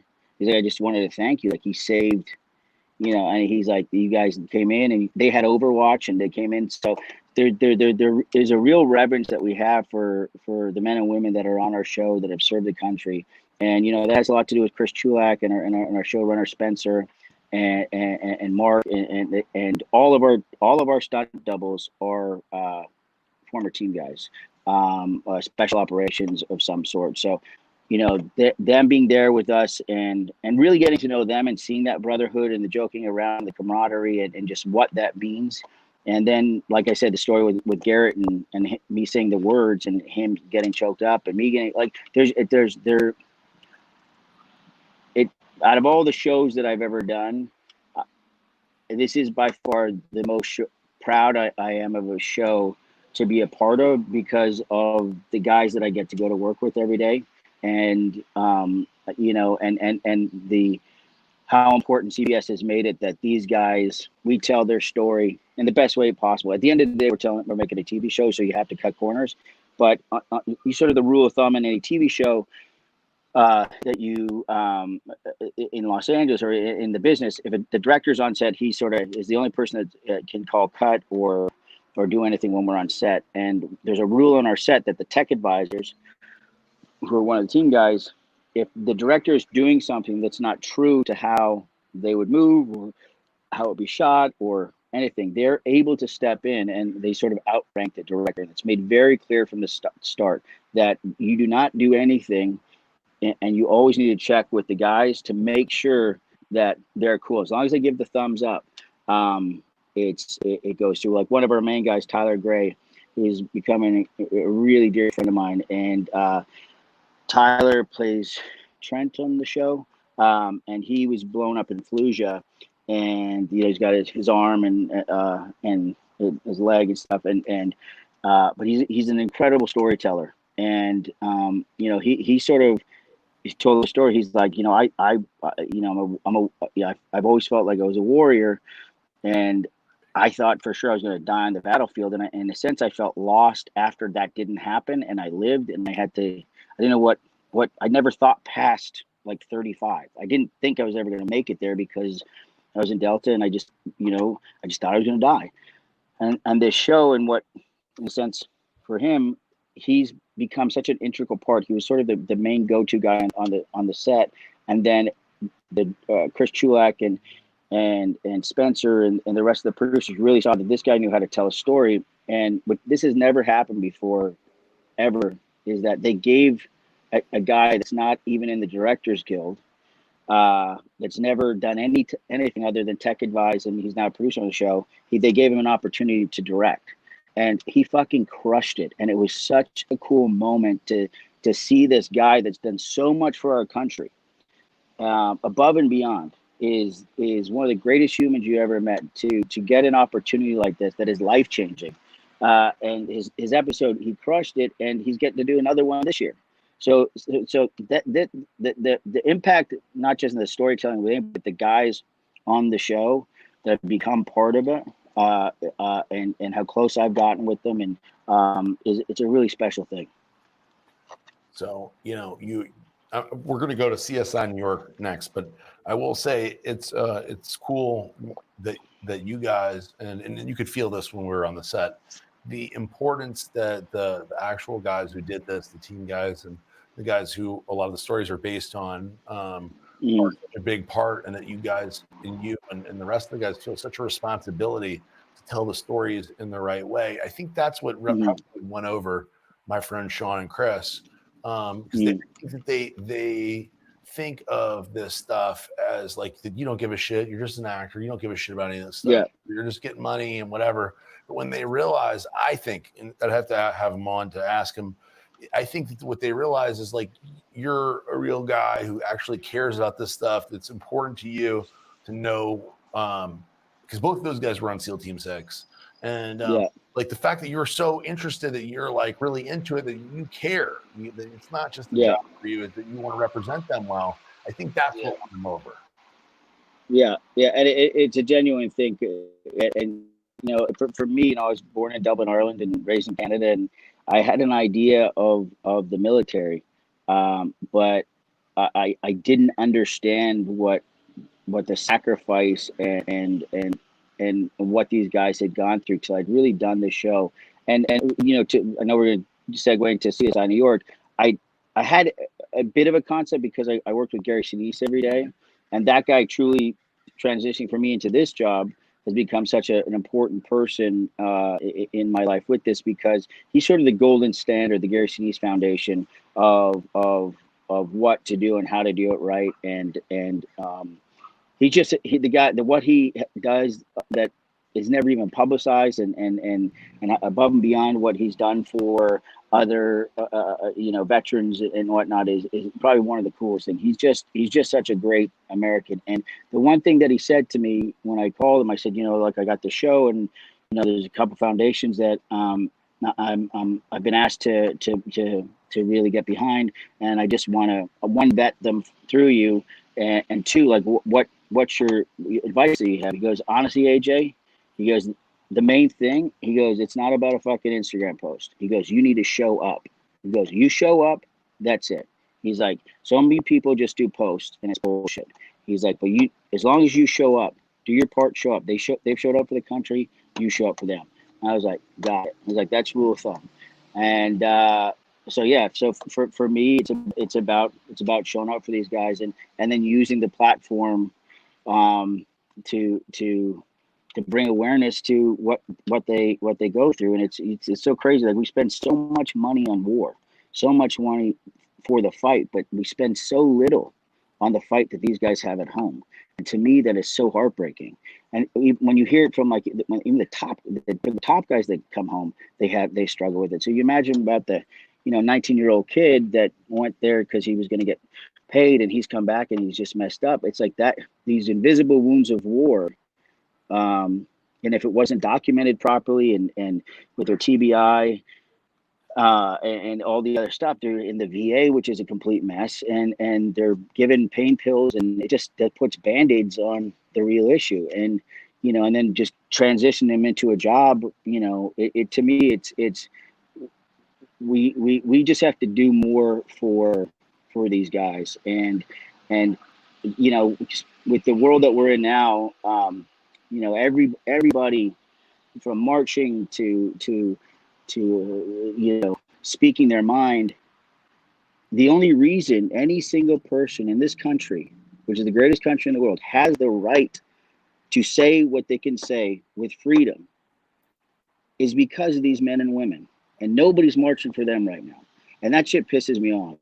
And it's like, everybody needs a wake-up call and realize you can march, you can protest, you can do whatever the hell you want. And it's because of the men and women that have done so much for this country. And we need to do more as a country for these guys, these men and women. I 100% agree. So we're going to move into CSI New York. I think that what you said is extremely important. And I think that people need to think about that and know that more, because we do have so much discord in America now. And really, like, what you said is the truth. If it wasn't for these men and women who are giving their lives, giving their time and effort and lives to our effort to protect those freedoms, that nothing, literally nothing that you love or care about is available right now. It's not available. You can't do it. Yeah. And I think that's the number one thing. But so we got to go back in time a little bit. And I didn't know you from CSI. Yeah. And to be honest with you, I only watched CSI New York here and there. And when I did meet you and know about you, I didn't connect the AJ Buckley we're seeing now with AJ Buckley of CSI New York. Johnny, show us AJ Buckley CSI New York. like 140 pounds. Better closer up picture, Johnny. There we go. That's a different guy. Yeah. Science, AJ Buckley. Oh yeah. Very smart guy. Very smart guy. Wait, hold on. Bring it. No. You can just click his picture, Johnny. Go live to him. That's AJ Buckley, the warrior. There you go. It's so funny. I'm telling you. So I know. My question before we even get going is, so you back then, you've really like, as you just said, you really gotten into this role, and also what what Sonny Quinn stands for. You've realized who the character is, and you've understood the purposes and what's important to him, and then you made it your own, right? CSI New York, you were the science guy. So at that time, and you spent a long time there, did you get into like the world of forensics, or is it different? Well, it's kind of a little bit of the backstory of getting CSI. I kind of gone through a really tough time in my life. I'd been living out of my car. I lived out of my car for a year and a half, and I'd made this decision that any dollar that was going to come into my bank account, it needed to be my own. I had too many safety nets in the sense of my parents or this, and I'd made some bad decisions, and I just, in order for me to sort of find my way and feel good about it and sort of define myself as a man, I wanted to sort of do this on my own. So that being said, I ran out of money and I lived out of my car, and it was tough, but it was honestly some of the best moments I ever had in my life, because I realized then how rich I was with my family and my friends, and that I was actually chasing my dream. And that to me became so important, and I never wanted to take it for granted again. And I was actually in a 7-Eleven parking lot, and I was trying to figure out what I was going to buy.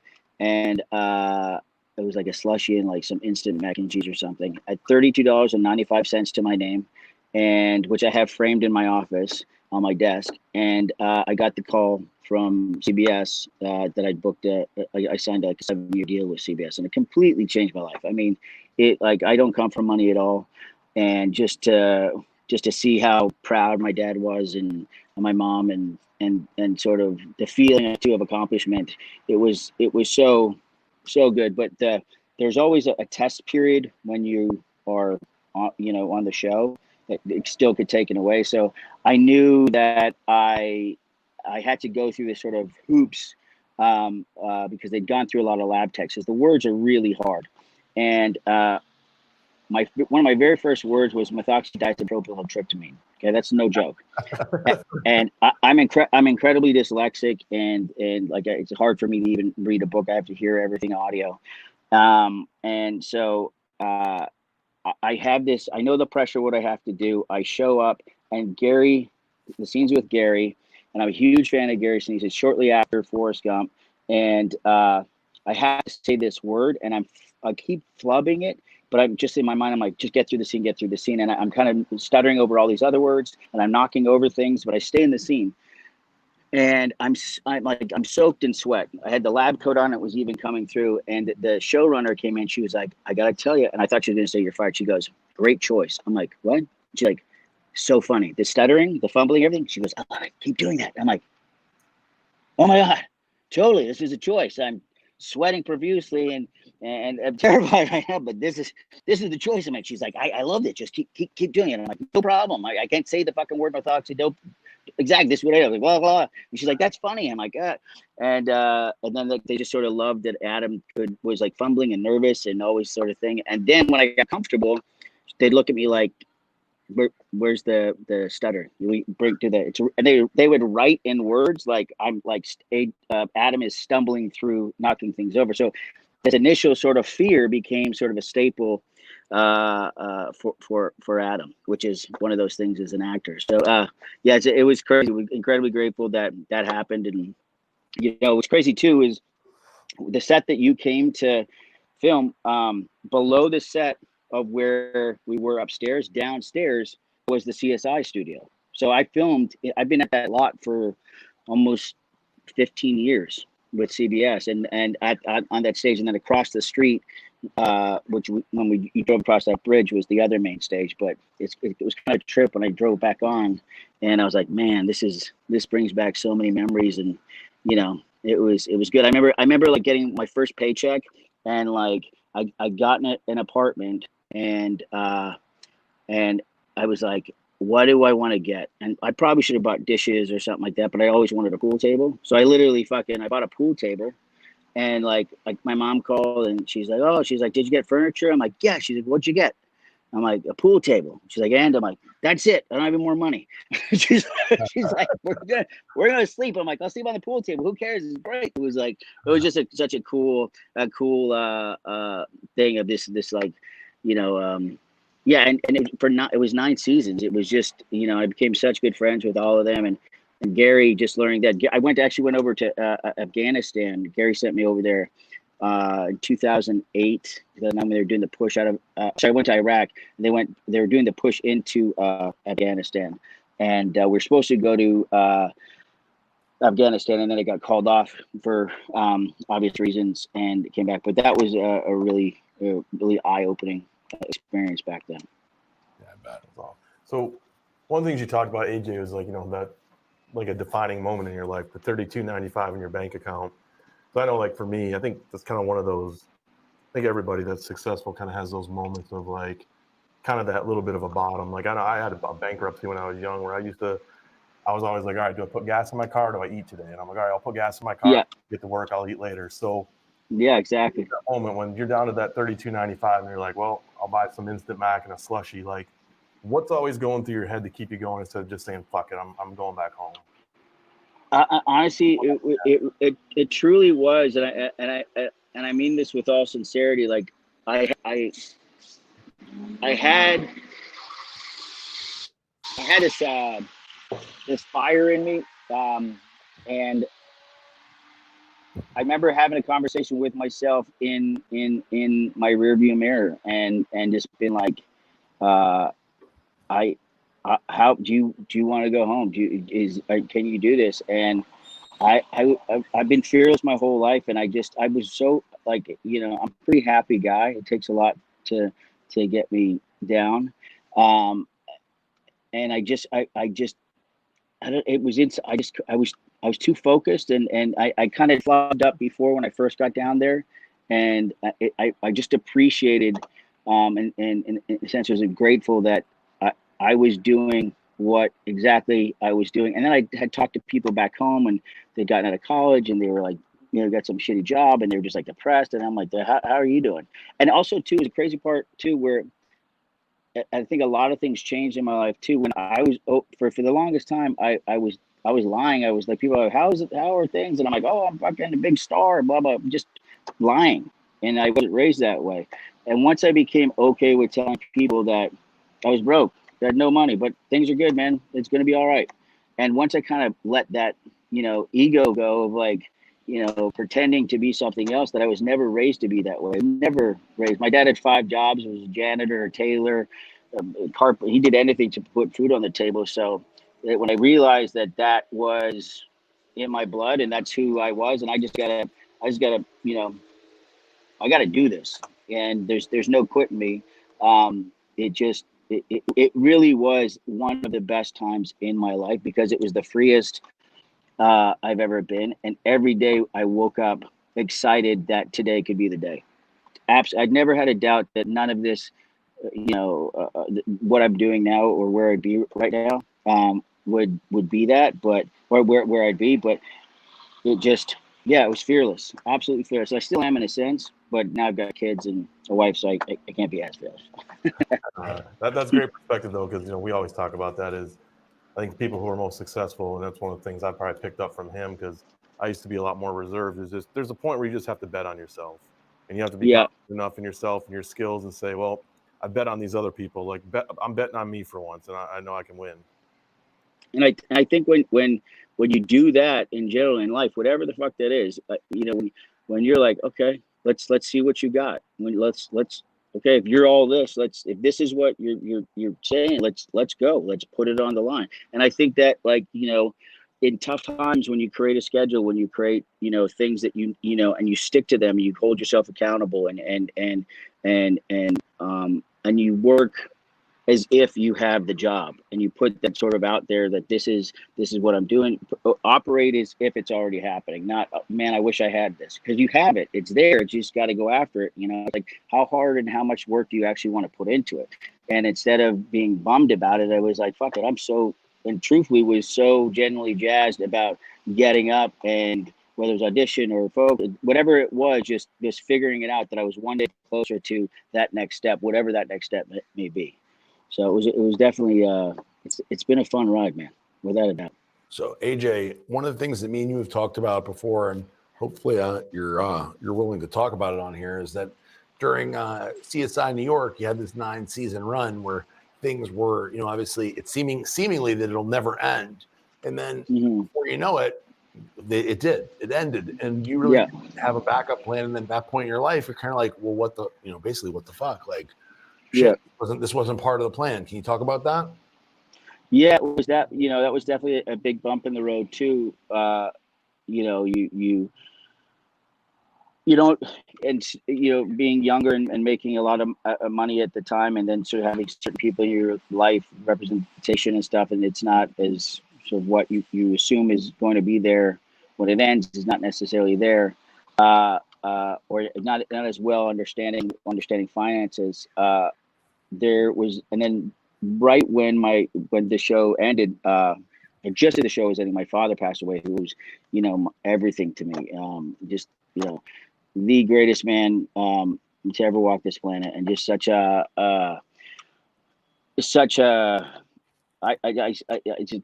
it bums me out every time I think about it, because I just felt that there was so much more life that he had to live or do at the time. But I understand now, I have more peace with him dying, and I understand a little more now. It's because he didn't waste a moment. He was so present and so there for his family, but also too, he's a really happy guy. That being said, like, I kind of lost my way a little bit, and wasn't focused, and drank way too much, and I just dealt with it. Look, nobody writes a book on grief or how to deal with it. And I thank God I had my wife in my life, and sort of really, really sort of helped shape me. But I had something that happened with me that I think sort of shifted into sort of where I am right now in my career. And I had this really big audition, and I was testing for it, and it was a huge movie, big franchise thing that would have been life-changing in a sense. And I remember being like, getting my agent calling me and my manager calling me like, look, you are 100% first choice for this film, the studio and the director, and you're the director's choice, which usually means you have the part, but they're like, they just don't have enough time to get you into the shape that you need to be. So it's not going to go your way. And I felt like I had a daughter that was on the way, and I felt like I had already let her down. But it was a real wake-up call in a sense that I realized that I was the captain of my own ship, and my actions that I'm doing right now is affecting my family and the choices I'm making. I had to sort of think outside self and the poor me and the grief, instead of, being sad. I needed to celebrate my dad's life and who he was, and sort of live more through who he was, sort of what he instilled in me. And that's where the sort of fitness transformation really kicked in. And I swore to my wife that I'd never let opportunities slip through my hand again. And it really, I hired a trainer, and I just got focused, and I sort of had put up, my mind to the roles that I wanted to play. And honestly, one of my favorite characters of all time is John McClane from Die Hard. The very first Die Hard is the greatest Christmas movie of all time, by far, hands down. And I really, I really started hitting it hard and understanding fitness, and in a sense too, it just got me out of that funk that I was in. Just taking care of myself and eating the right way and getting a program in place. And I became so addicted to it. And the roles that I basically, look at that, there he is, the man. The roles that I started to really want to play started to happen. I started to get to play these characters and stuff. And it was 4 or 5 years later. I had just finished a series up in Canada called Pure, where I played this character Bronco, and the character had to sort of gain weight, or I had to gain weight because when I met the director, he was like, "I need this guy to be sort of out of shape at the beginning because he's lost his weight, but then at the end of it, he's in the best shape of his life." And I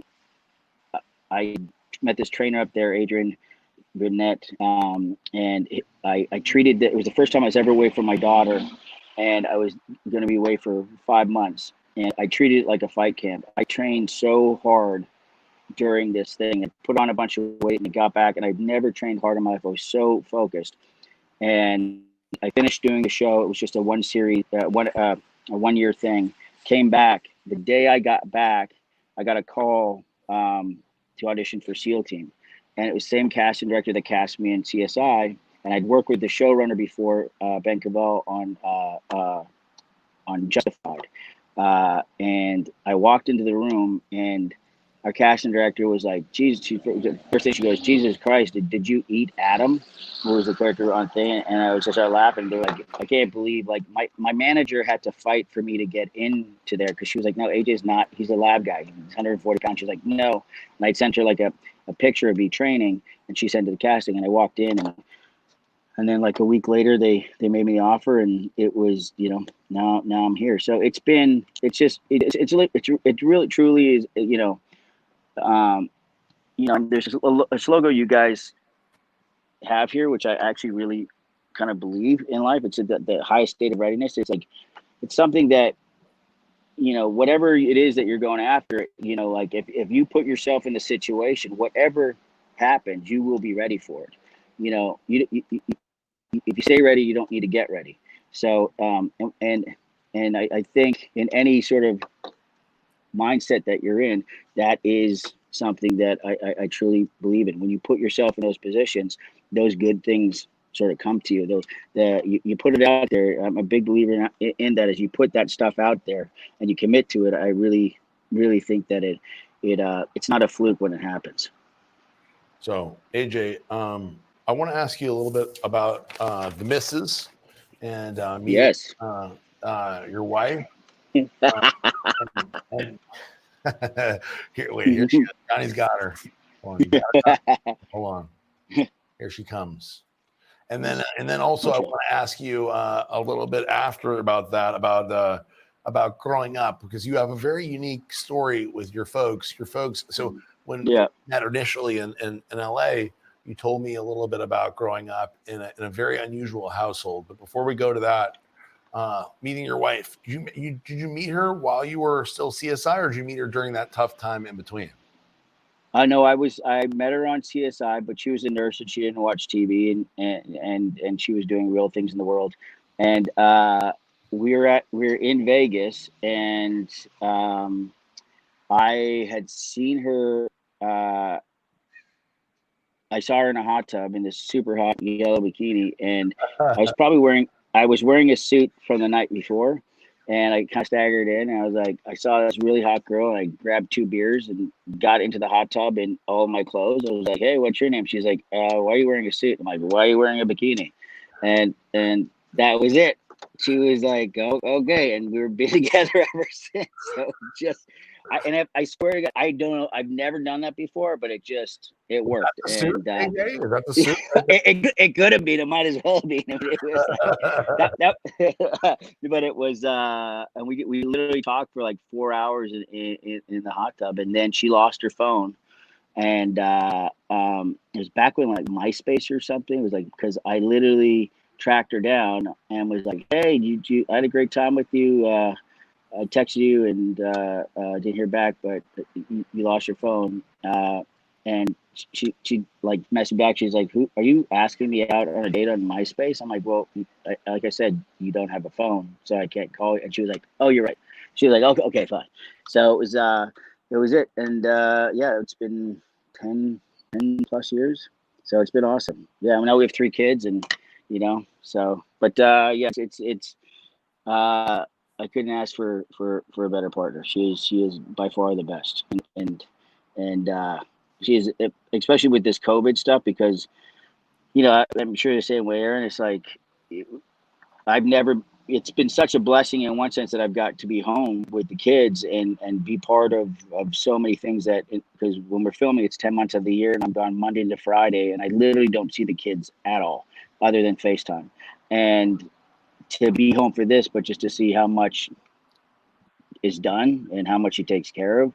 And I always thought that, but I didn't, I mean, you're not there, so it's a different perception, and it is no joke. So it's, if anything, our relationship, I really feel, has gotten stronger, and I've always appreciated and loved my life, but I love my wife, but there's definitely like a, holy shit, man, like twins are no joke. And I'm just grateful I have a wife like that is such a badass.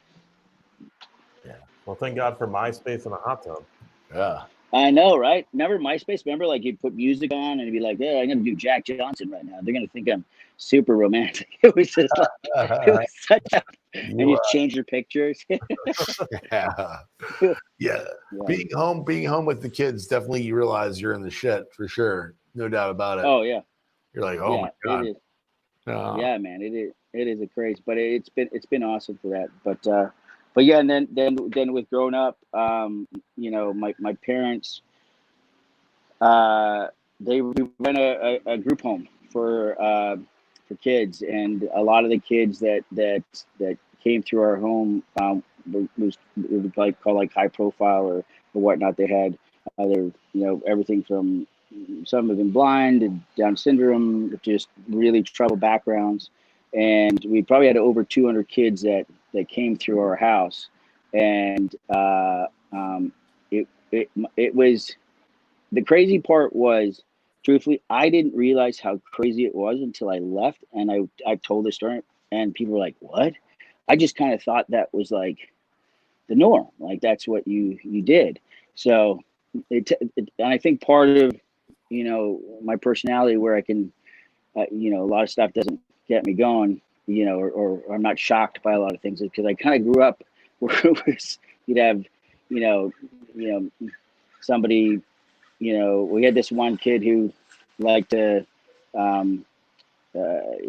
he would pretend that he was going to kill himself all the time.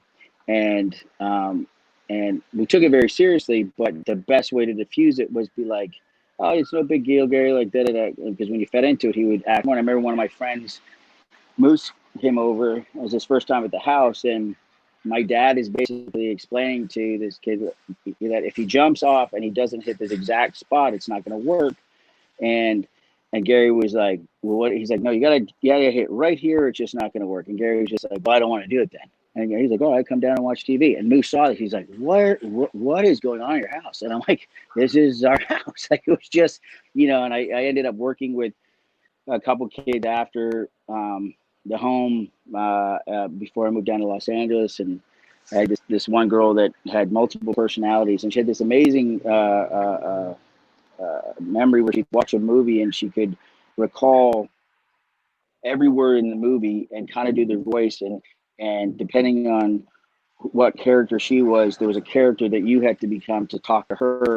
And like, if she was Pocahontas, I was John Smith. If she was Woody, I was Buzz Lightyear. So and it was constant. And I had so much fun, and it was such a great time. But again, I didn't realize how crazy it was. But one of the coolest things, when my dad passed, I hadn't seen these kids in years. Every single kid, like there wasn't a place to sit in or stand in the church. Every single one of them had showed up to the house and to the church, and they had kids now, and they gotten their life together. Because the point of the home was these kids were older, and not many people want to adopt older kids. They all weren't babies. So my mom would basically, and dad would find homes that she basically like find homes for the unadoptable or for the kids, like prepare them for independent living if they had any issues and get through their issues, and then help them transition into that. So it was interesting, man. And like you get super close with these kids, and then we'd find a home, and you of course you're happy for them, but in a sense you lose contact. They'd go on and to their life, and so it was an incredible experience. And I will call my mom when the boys are freaking out, or it's just one of those days, and I'm like, Mom, I don't like, how did you? There was at some points there was like 8 or 9 kids in the house, like, and not quiet kids, and I was like, how did you do this? Like, and there was no like internet or like there was nothing that like, so it was, she's like, I don't know, it's just what we did. So yeah, very, very, then that was like, I learned more as an actor in there than I ever learned at any acting school by far. Yeah. I believe it, man. When I heard that the first time, it's a very, obviously when you're in it as a kid and that's your reality, that's an amazing thing about human beings, right? And that everybody has the ability to adjust to such an extreme. Yeah. You don't know any different. Like people are like, oh, like I've been to India several times, and you see people living in the streets in India, and you're like, wow, they must feel so depressed, or they don't know any different. They don't feel sad. No. Yeah. In the streets in India.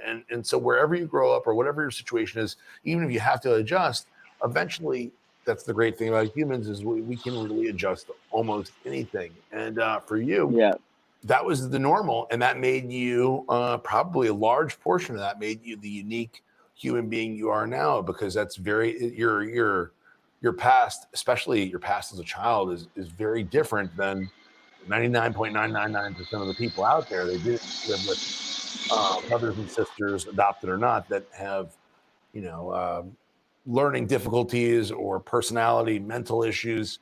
So you're around 8 of them at one point, and they come and go, and that I'm sure that made a big difference for you as a human and as an actor.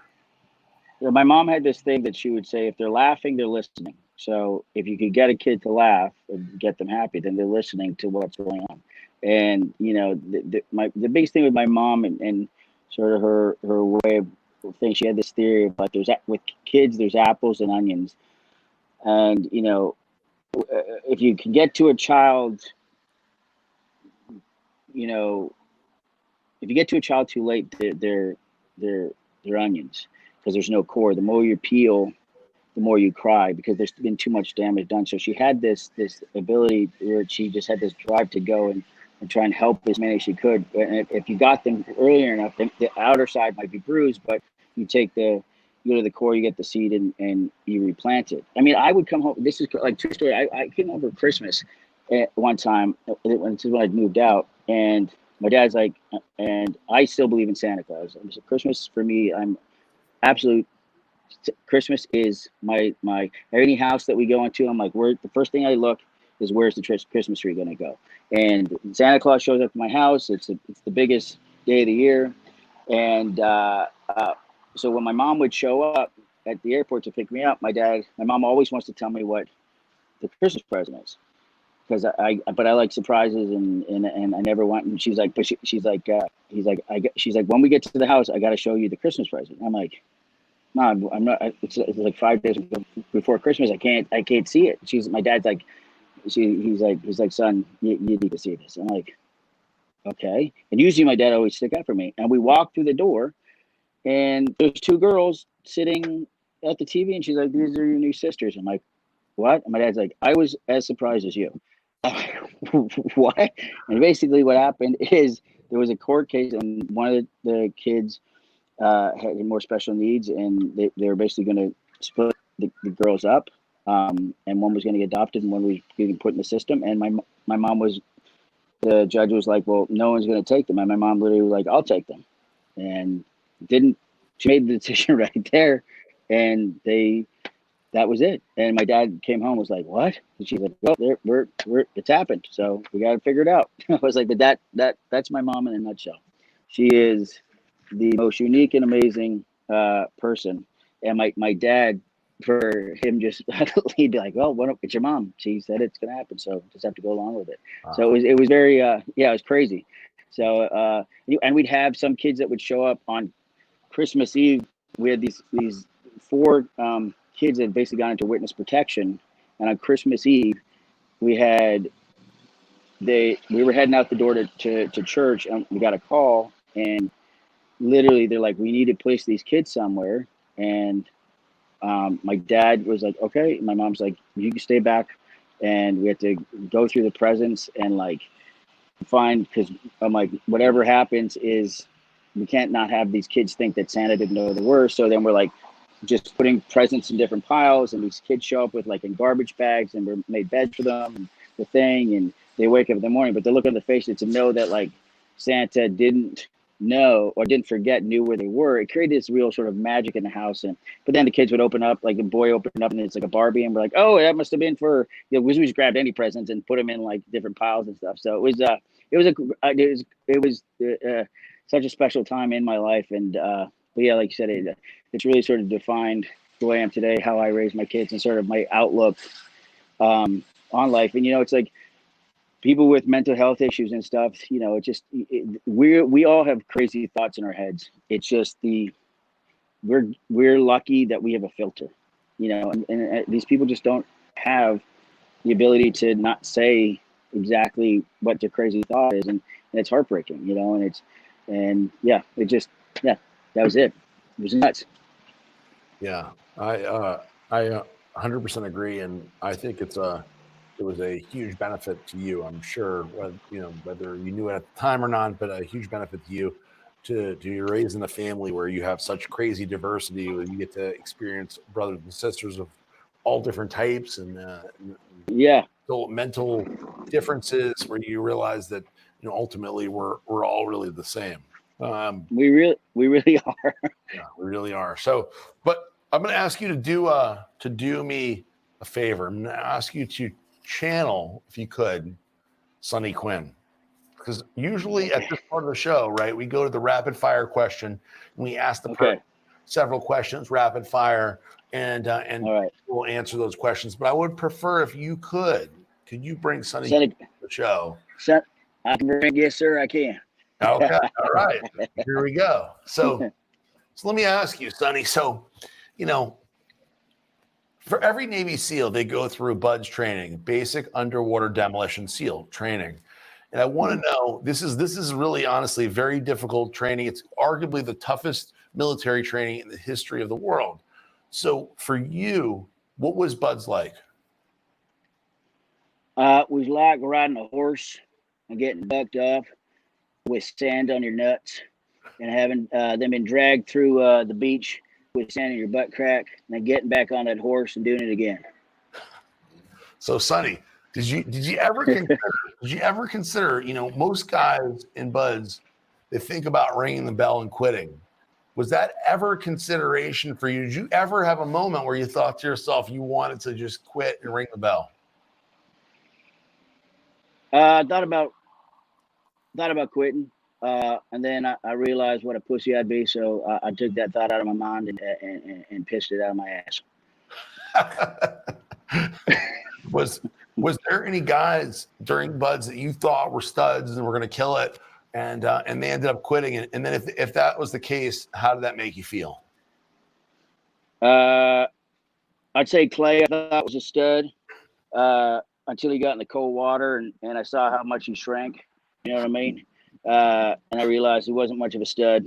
And then I didn't see. Yeah, they were all studs. They were all studs. That's why that's why they're on my team. But the only guy I was ever disappointed was in Clay with his shrinkage. But what was the most challenging part as of right now for being a SEAL? Like, what was the thing that when you think back to being an active duty guy, where you look back and you say, wow, that was something that was really tough? Swim with sharks. I hate sharks. I hate spiders. And now, I hate sharks and spiders. If you weren't in the military, what would you be doing right now? what would I be doing? I'd probably be a jean model, like Wrangler jean model. I got a great butt, really nice butt. It's like a bubble butt. Serious. You can check out my ass at the time. A lot of people would look at my butt and say, "That's a beautiful piece of meat right there. You should be a jean model." I'm sure that gets that. I'm sure that gets that all the time. I believe that. So, your first deployment, what was it like being in combat? It was exhilarating. It's like that first time you bust a nut. You're so excited. Sonny, have you ever regretted anything you did as a Navy SEAL? Have you ever thought back and said, "Man, I wish that wouldn't happen," or "I didn't do that"? I shit my pants once. Okay. Understand. That's never a good thing. I can tell you that's not good. Give away position. Yeah. It's not good. You probably have to sit in it a while, right? A long time. Yeah. So when you're on a mission, what would you do on downtime? Like if there's nothing to do, you're not actively going killing bad guys. What are you doing? Well, a lot of those countries, they block out RedTube, so you can't watch any porn. So I bring a stash of good VHS and my VCR. Just pop in some Hocus Poke Me. Three. What asked in the last one? Oh, yeah. You want to do that one, or want to ask them? You can ask it. So, what was it like the first time you killed a man?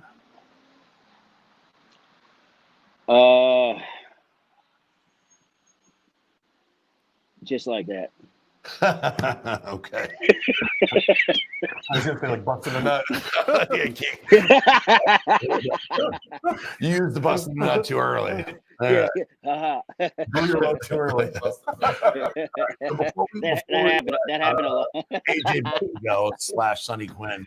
I want to ask one last thing. So we had a guy in the office, Zach Leeds, who just recently had a child. And what did we do? Me and Darielle we're looking for this opportunity to buy a bag from Sonny /AJ. Really, it's really AJ's company. We'll take Sonny out of this one after everything, all that last question and answer. So AJ, you have several cool things that you're doing as an entrepreneur. One of them is very, and it's not Sonny Quinn like.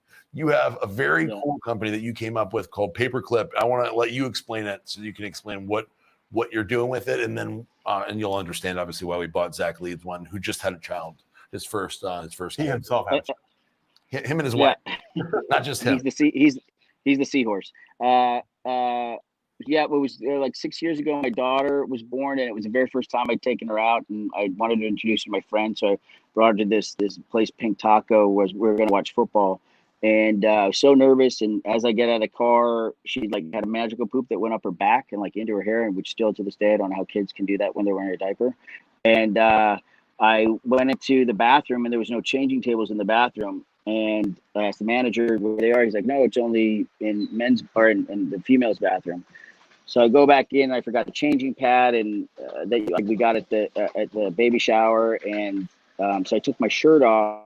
And I put it on the floor, and I really thought I failed as a father because the first time around I'm changing on a dirty bathroom floor. And then I had this idea what was there. There's a T-shirt in front of the bag, and I was like, well, what if the changing table kind of fell out? That way you'd always have always have a place you could change your kid anytime, anywhere. And a lot of the diaper bags that were out there for men, there wasn't really a unisex type one. It was either flowers or a pink. So you just looked like an idiot.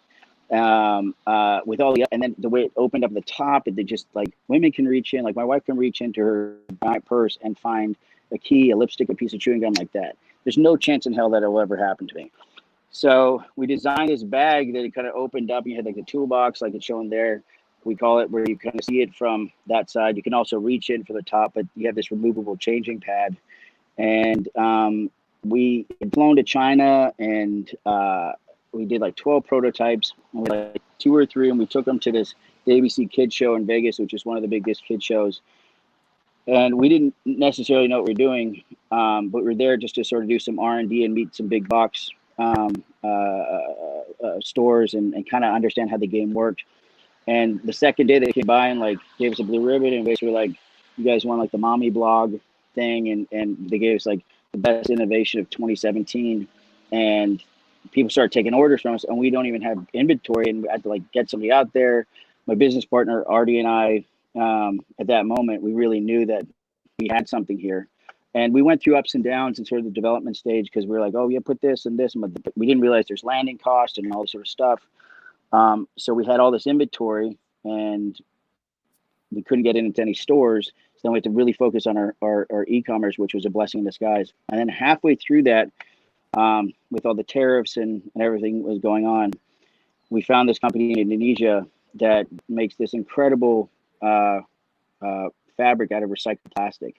And we ended up moving our factory there, and we became the first diaper bag in the world to be made from recycled plastic. And the materials almost feels like a Tumi bag. It's incredibly well made, and each diaper bag is named after one of our kids, like the Willow, the Bear, the Ranger, the Bodie. It's just so it's a great story in that. And then like last year we were named best diaper bag by People magazine, and various different celebrities that we didn't send it to have bought the bag, or it's been gifted to them, for like from the Kardashians to The Rock to whatnot. So it's to sort of be where it is now. And this pre-COVID, we literally had probably like the best 6 months of the bag, like what we'd sold in like 2 years, we did that and some in 6 months. And then with COVID, it sort of slowed down, and then finally our shipment just arrived and literally flew off the shelf. So it's been never in a million years. I always say this, that I think I was going to be playing Navy SEAL on TV and selling diaper bags on the side. But it's been great in the sense of, you know, there's been babies born every day, so there's always going to be inventory for that, and to see people's responses when they get it, and know that you've sort of designed this through like that first year of Willow's life was really how we designed the bag. All the problems that I have as a father, my business partner Artie, and you know, we didn't know we had no clue what we were doing. And Artie really took over. He was really good at numbers and stuff. He's really taken over the day-to-day stuff. And it's been, because I've opened restaurants, I've done so many different things, and it has, this is by far the most gratifying thing that we've been a part of. And just now how we're expanding, and all the different stores that we've gotten into, from, you know, we're in Nordstrom's now, and we'll be in Target and a bunch of other things. So it's just, it's cool to see something where during the time when I told my wife we were going to go into the diaper bag business, and I was literally blowing through our savings, because making prototypes is like, if you change a buckle on it, you've got to buy a new roll of everything. They've got to add somebody to the line. Like it's no joke. So we blew through capital. And then we're like, oh, we've got to market this. And we had realized it doesn't matter what your marketing is. Baby product is sold in the playground. If a mom or a dad says, you got to get this, that's how you succeed. And so by the grace of God, man, people slowly started talking, and each month changed. And, you know, we kept on the uptick. And like I said, like 6 months ago, you know, I think when we went to the recycle plastic, we got a lot of sort of press off that. And I think it was the right time, because we really refined what the company was and how it looked in the material. We worked out all the kinks and stuff. So it's been special, man. It's been a really cool experience. Yeah. Well, I can tell you firsthand, you know, buying something for Zach. Zach is a combat veteran Marine, and he didn't want any kind of bag he's going to carry that was going to look like ridiculous. And yeah. And I know he's happy with, and was excited to get, maybe overstatement, but he was happy that he got something cool that he could use, that he didn't feel that's awesome. Carrying, right? I don't know if any combat Marines would be excited to get a diaper bag, but he was as excited. If you could be this excited, he was that excited, right? Yeah. He that's all you want. That's all you want. Whoever's excited about getting weapon of some sort or something else. But he was as excited as you could possibly get, and people that I know who have purchased it themselves love it. So Well, congratulations. Well, I really appreciate the support, man. That means the world to me for you guys doing that. It truly does. So thank you. Oh no, of course, man. Of course. There's absolutely no chance we would do anything else, man. If I like somebody or I'm friends with somebody, there's nothing. I'll tell you, there's nothing I wouldn't do to support them. And this is well, the feeling's mutual. The feeling's mutual.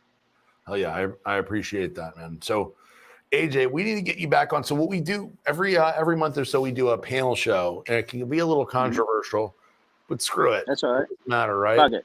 You only got your career on the line. All right. It's all right. It's not tense times. yeah, it'll be okay. So I'd love to have you back on in the near future on a panel show where we could talk about something. So last panel show, the thing we did wrong was that we had everybody agreeing on everything. Yeah. So the next one we're going to try to make sure that everybody doesn't agree on every single topic, because that was the one thing, that's what makes panel shows interesting. You watch Bill Maher, who I don't love Bill Maher, but I have liked a lot of his shows where I'm like, it's interesting because you have people competing or saying different things. I think although our panel show was good, it was too similar of opinions. Yeah, everybody said the same thing. So it's like, well, what makes it interesting is people disagreeing, but having an intelligent conversation at the same time, intelligent interchange of ideas, and that's really what I think is exciting about that kind of show. I'd love to. You tell me when, and I'll be there. Hell yeah! Awesome. 3 questions. What do we got? Cool. Give us 3 questions. Hit us. AJ, what's your favorite episode, minus the one when you went home and saw your dad? My favorite one was actually one that Max did, where we dealt with the VA, and he was helping out an old buddy sort of connect and helped him, and sort of as his character as a young SEAL saw that, what after SEAL life, how tough it is, and then this guy ends up committing suicide in the parking lot. And part of the reason why it was I thought such an amazing episode, and I thought Max absolutely crushed it, was the SEAL that it was based on, who committed suicide. His dad actually came down and spoke to us, and we got to sort of hear the story of his son, and then to hear how proud his dad was of the story, how it represented who his son was, and how it brought awareness to what these guys, how hard it is for them to get the right help. So it was a really emotional one. I know for Max too, what that was like for him after knowing that it's based on one of the team guys' dear friends that committed suicide. So it was that by far, I think, takes the cake. Yeah, and I saw that show, and I believe that I know I know of the gentleman who that happened, that he took his own life, and and this is that was a very emotional one, and that's actually, believe it or not, that's the one that some of the team guys that I know who were in 6 who I've talked to about your show, and I tell them about it, or it comes up one way or another, and that's the episode that I point to where it's like, hey man, like, it's not what you think. Watch that episode, and change your opinion, because it's a drama, it's entertainment, but it is actually making people aware of a real serious problem, and there's no other way that I can think of anyway, to make that amount of people aware of a serious problem other than entertainment. So that's the episode. And that truly is a credit to our showrunner and Chulak, and for them really sort of getting CBS's word that we need, if we're going to do this, it's not going to be just the fluff. Like, we got to get down and tell the real stories, and the war that they have, not just on the battlefield, but the war that these guys have within themselves when they come home. And to CBS's credit, they've been so gracious and so behind the show, and telling these guys stories.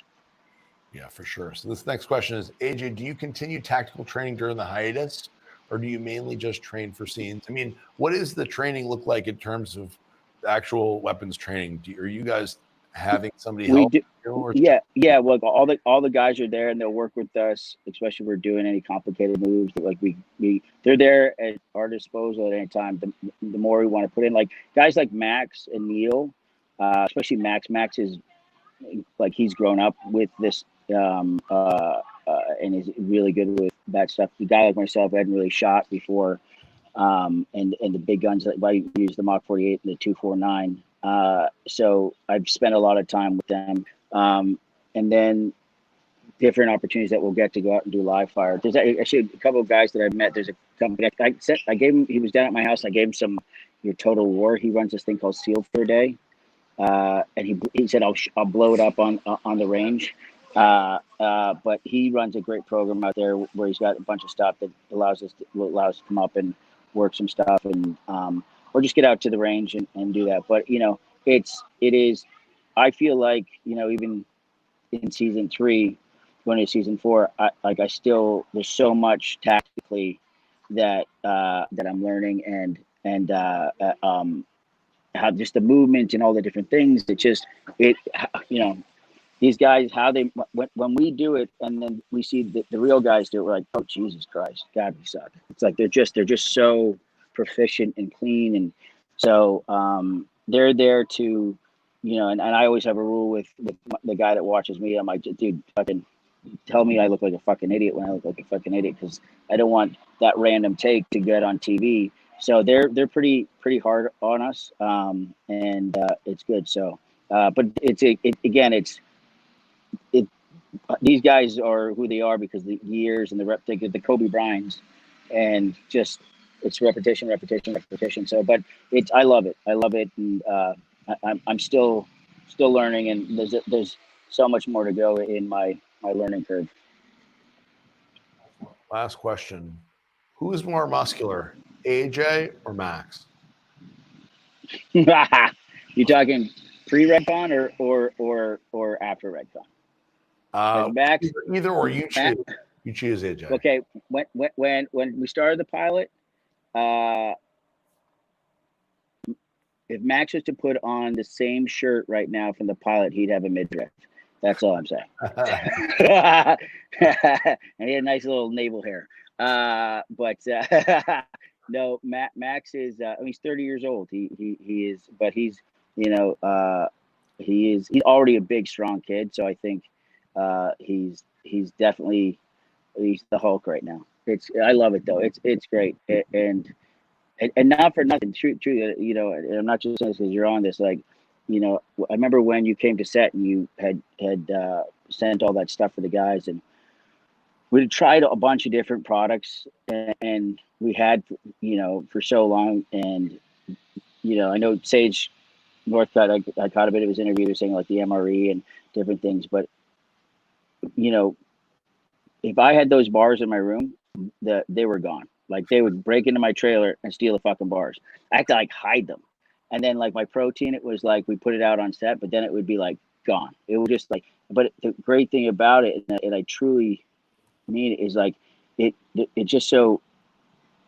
so good. Like not just the taste, but you actually your workouts and however you guys make it is the best protein, the best supplements that I've ever had. I've had so many times I've taken proteins or this and I have stomach problems, or like I'm sweating for no reason, or like you do a pre-workout and like you're wrecked for the day. And like Total War is like, I don't know what it does, but it is the, and Total War and the Moab, is that Moab? It's Moab, right? Moab. Those two together, love them. And then what's the one that gives you the vascular? Is that Boomstick? Boomstick, yeah. Boomstick. So those three, that three is big noise, maybe. Big noise. Big noise. Yeah. So big noise. Those three are like and it is. And I remember sitting there with Max and him just be like, he's like, dude, this is the best protein stuff. Like this is legit stuff. Like I feel a difference when I work out. So just like, in all sincerity, anyone who's watching, and I tell it to everybody that is asking me, I'm like, just go and try it. Like honestly, go try this stuff, and you will never try another protein. So congrats to you guys, because whatever you're doing it fucking right. And it's fucking good. Thanks, AJ. We appreciate it. I mean, it means a lot to hear that, and we're very happy that everybody. I've never heard one person say they didn't like it. Not one. Yeah, me either. Do a good job mixing it in the back. Yeah. Yeah. We appreciate it, AJ, and thank you so much for coming on. We truly appreciate that too. And I know Yeah, man. You got all the kids there and everything else. Where are you exactly? I see an umbrella. You're outside. I'm out on the patio. I'm out nice. It's it's the only place where if I close the curtains and close the door there, the boys will go around everywhere, but they haven't figured out quite yet how to pull the curtains back. Nice. So the day that they realize I've gone out there, because I go through one door here and then I come out here, so they think I've gone down that way, so they keep looking down that way. But they have once I close that there, they'll figure it out. They'll figure it out because it's literally like you've got to like kind of sneak away, and then they're like Dada, like, and then they'll hunt for me, but they haven't quite found me. So in 6 months to a year, you better be out of this. We better be out of this COVID shit. Oh yeah, figure this out for sure. Oh yeah, we will. Well, listen, man, I appreciate you guys having me on, and like I said, let me know in the next one, and stay healthy, and do my best to the family, and I'll talk to you guys soon. You too. Thank you, AJ. We'll see you soon, buddy. Thank you, buddy. All right, buddy. Take care. Bye, guys. All right. So, Johnny, do we have any questions for us? We have 2 questions. All right. Or 2 questions for us, and we'll get the hell out of here. Let's go. L-carnitine can be taken while fasting. Yeah, there's no calories to it. So, yeah, it actually helps mobilize fatty acids of the mitochondria. So, no, it's perfect time to take it. Most people will take it. I know Jay Cutler, we sent a whole bunch of bottles to. He's very excited and happy to get them. Cutler Nutrition doesn't make L-carnitine, although they make a lot of other great products. And that's one of the things he does. Every morning when he wakes up, he takes I think he takes 3,000 milligrams, but you have to ask him. He takes a bunch of L-carnitine and gets on the cardio and knocks it out. Question for the guys. Can we get Redcon 1 female athlete on the show? Would love to hear their story. Absolutely, we can. Probably got something coming up soon. You may be surprised before you know it. Could even be a new athlete. We'll see. So, guys, thank you guys so much for tuning in to episode number 9 of the Readiness Report with our newest athlete, Sage NORTHCUTT, and our star, CBS star, and good friend of the show, good friend of Redcon 1, AJ Buckley. Great interview from AJ. I'm sure that's a lot of stuff he hasn't got a chance to talk about because most interviews are not an hour. So they're a few minutes and that's it. Yeah, I mean, that's usually any TV interview is usually 3, 6 or so minutes. So how can you possibly talk about all that? And if you wanted to know anything about Sonny Quinn or AJ Buckley, now you know. I for sure can tell you Sonny Quinn has not been interviewed before. So that I can guarantee you. So, guys, thank you guys so much for tuning in. We'll be back next week on next Thursday, and we may have a very special guest. A very special guest. I can't guarantee it, and I can't guarantee how special you might think he'll be, but he is in the news everywhere right now and is arguably the man of the hour. So hopefully we get him on next week. If not, we'll have another awesome guest either way. Not Nick Cannon. Joe Biden? Joe Biden? No, Joe Biden. That would be great. I'd like both of those guys. If they both want to come on, that'd be great. Nick Cannon. Can't make it on the show, the interview thing. All right, Joe. Stop it. All right. Just go back to whatever you're doing. All right. Thank you guys so much for tuning in. We will see you next week on the Readiness Report.